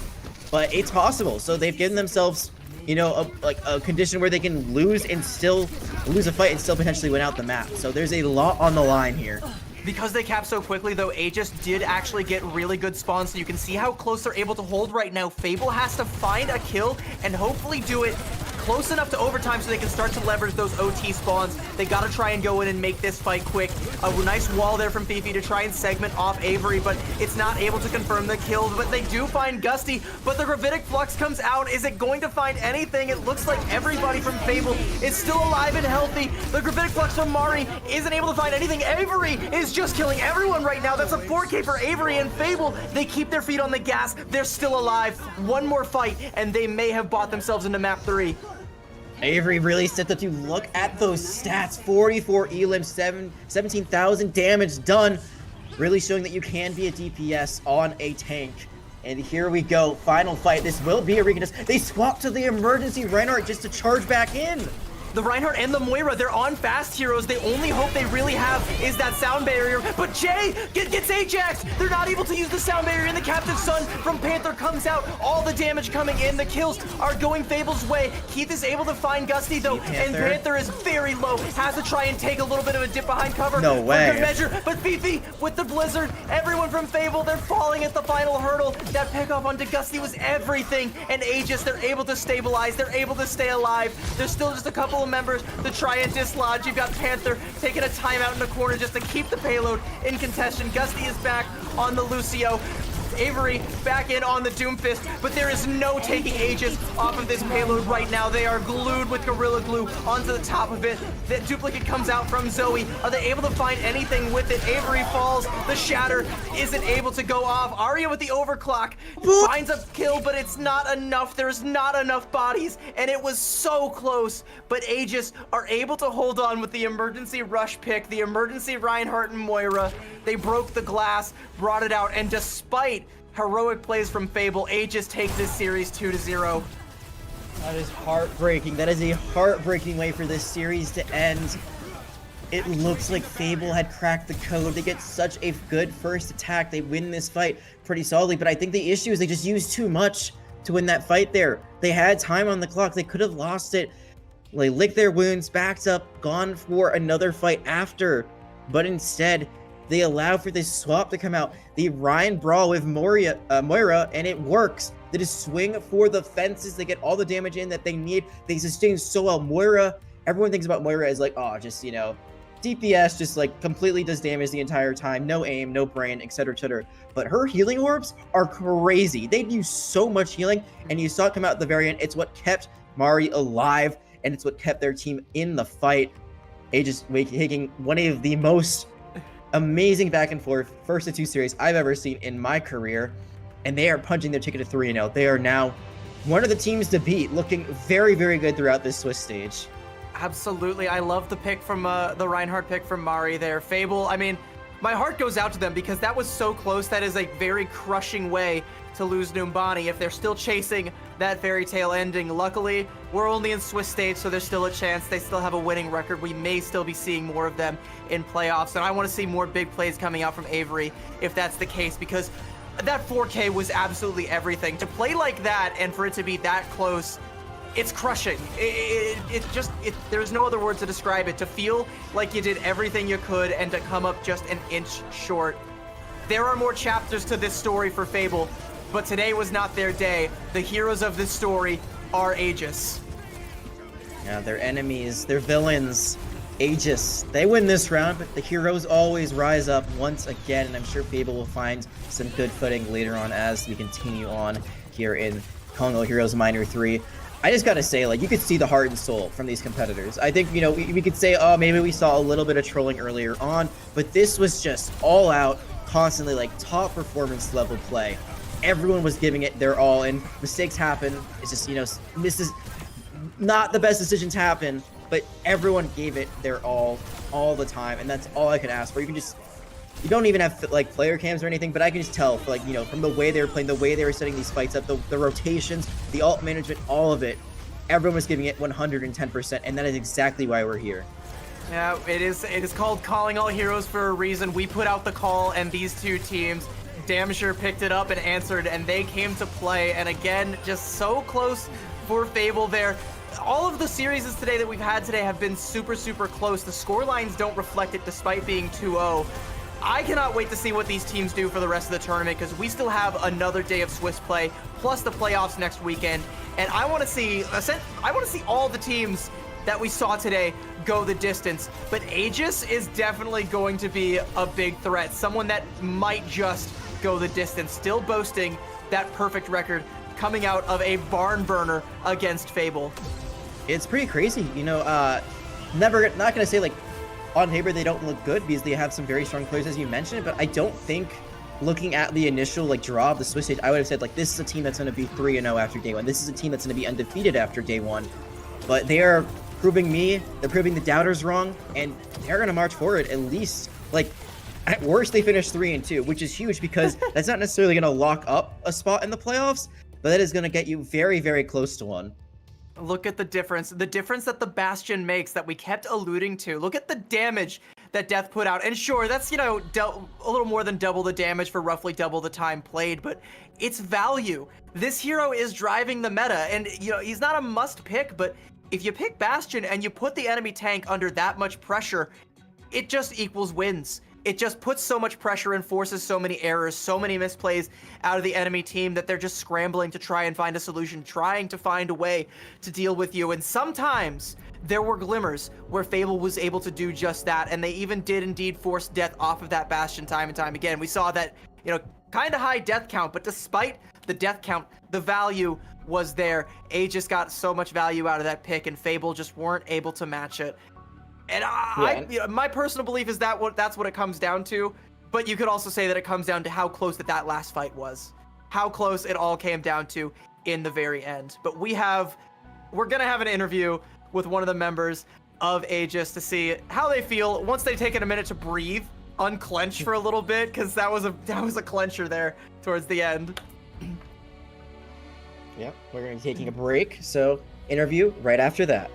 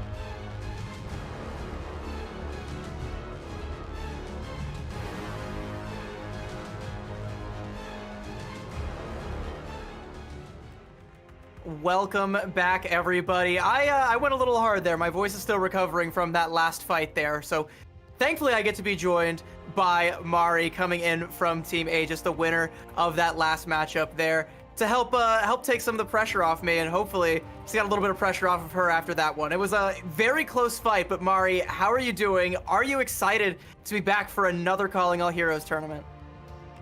I'm spectacular. I'm so excited. I love playing Calling Heroes. It's like what I look forward to every couple months. It's what I live for. Calling All Heroes is in my blood. We love to hear Runs that. deep. Yep. And you put on one heck of a performance. Definitely show that it runs in your veins because, wow, I mean, your team as a whole, Aegis, has been doing incredible so far. 3-0 after the first day of Swiss. I gotta ask, with some of these more well-known team names, some of these really popular and famous players and streamers, were you guys expecting to be doing this well early on? 100%. Yeah. I mean, I knew I was gonna do good. My team knew they were gonna do good. I'm not surprised with how today was. We just gotta keep it going into tomorrow and into next weekend. Absolutely. Well, I love the confidence. It definitely showed in your play. I wanted to talk about that last fight, though. I mean, CB's talking about how her voice is gone from it. I was just amazed that you guys were able to turn it around. I mean, let's talk about it. You swapped to the emergency Reinhardt. You swapped to Moira. The cart's almost at that box of victory. They were so close to capturing it. How was your team able to pull off that fight win and win the map and the series? To be totally honest, I don't know. That's a good answer. That's a really good answer because we don't either. I don't know. When I go Reinhardt, I don't know what's happening. Like I don't play that character, so it's like I'm just trying to live for as long as possible. I didn't swing on a lot. I just held right click and then hoped my team would kill them and also not die. I was playing for fun essentially at that point. I was letting the dice roll, letting the coin flip. Sometimes all it takes is just a big rectangle and a ton of faith in your team, and it's clear in those moments where it mattered the most that you did have faith in your team. And speaking of your team, not many of the other teams in this tournament might have been looking at your team to be a potential threat, but now that you've gone 3-0, you have to be considered one of the favorites to make it to playoffs and potentially make a deep run. So call your shot. Which teams are you looking at? Who is next on the chopping block for Aegis? I think everybody. I think we beat everybody. No prisoners. Let's go. I mean, I think I beat everybody, but I need my team to think they can beat everybody too. Just Amari diff. That's all it is, Amari diff. Like I said, if you got faith in your team, I believe in you to be able to motivate them to bring that level of play. And hey, if you play like you guys did today, able to clutch it out in those key moments, I don't think that there's anybody that you can't beat. So I believe. I'm an Aegis believer now. I appreciate it. All right, but I mean, that's gonna pretty much do it for the interview. I want to go ahead and give you an opportunity to give any shout outs to any of your teammates or anybody that might be watching that you want to say hi to and thank for being here. And the floor is yours. I mean, I as always, like, shout out my parents for like helping me want to do Path to Pro and stuff. Like, they're very supportive, which means a lot to me, and I take it for granted sometimes. I mean, shout out my team, of course. I trust them. I love them. They're very good. They're awesome. Shout out casters. Shout out Prod, CB Jag, at everyone. Thanks for making another good tournament where I can win, hopefully. Like I said, I mean, I believe in you. I believe you can win, but thank you so much for the kind words for one thing, but also thank you so much for joining us for the interview. It's always a pleasure to get to say hi to Mari and check in and see how you're doing. Welcome back. And again, everybody, you're going to want to keep your eyes on Aegis because this looks like one of the teams to beat. You know, we talked about teams like Valiant Guardians or, Washington Timeless that we saw in the previous matchup. That might be potential favorites. We talked about teams like Drainers that we saw at the top of the evening that could also be potential favorites, but Aegis has to be in that conversation after today. and you love to see it. I mean, I think there's some big names, some big team names out there, but when you see a team like this just play this well, they really become that dark horse. They really become that underdog story that we'd love to see. And we're going to actually see exactly how the standings look after our first full day of play to see where they are. Oh, first place. Let's go, Aegis. Just right above the Washington Timeless. Vancouver Titans Blue, as well as Drainers, two teams that we've seen one on stream drop actually to 2-1. This is really exciting. GRE Nightmare also have only played 2 matches, but also undefeated. I did not expect the top 8 to look like this whatsoever, but that's what makes it so much more fun. There's so many different possibilities of how this could all end before we actually get to that playoff bracket.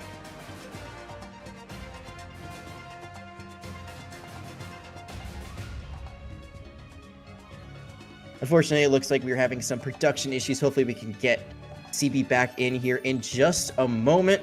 I mean, looking at the standings, I mean, Bad Blood, a team that we had mentioned earlier on in the day, they were one of the teams on the bubble for making it into that top 6, getting that guaranteed spot at that championship finals that'll be happening later in 2024. And finding them at 1-2, a bit surprising, but that's just how it is in Calling All Heroes. Anyone can rise and be the hero they want to be. And with that, we want to remind you that tomorrow we're going to have rounds 4 through 6 starting at 2 p.m. Eastern / 11 a.m. Pacific time. CB, do I have you back now? You do. Thank you so much, Discord, for crashing, but at least it held out until we were just about done. I came back and I hear you talking about the games that we have tomorrow. I'm glad that we got to play or got to see some of the games that we saw today, but yeah, like you were saying, there is more action to come tomorrow, and you definitely do not want to miss it.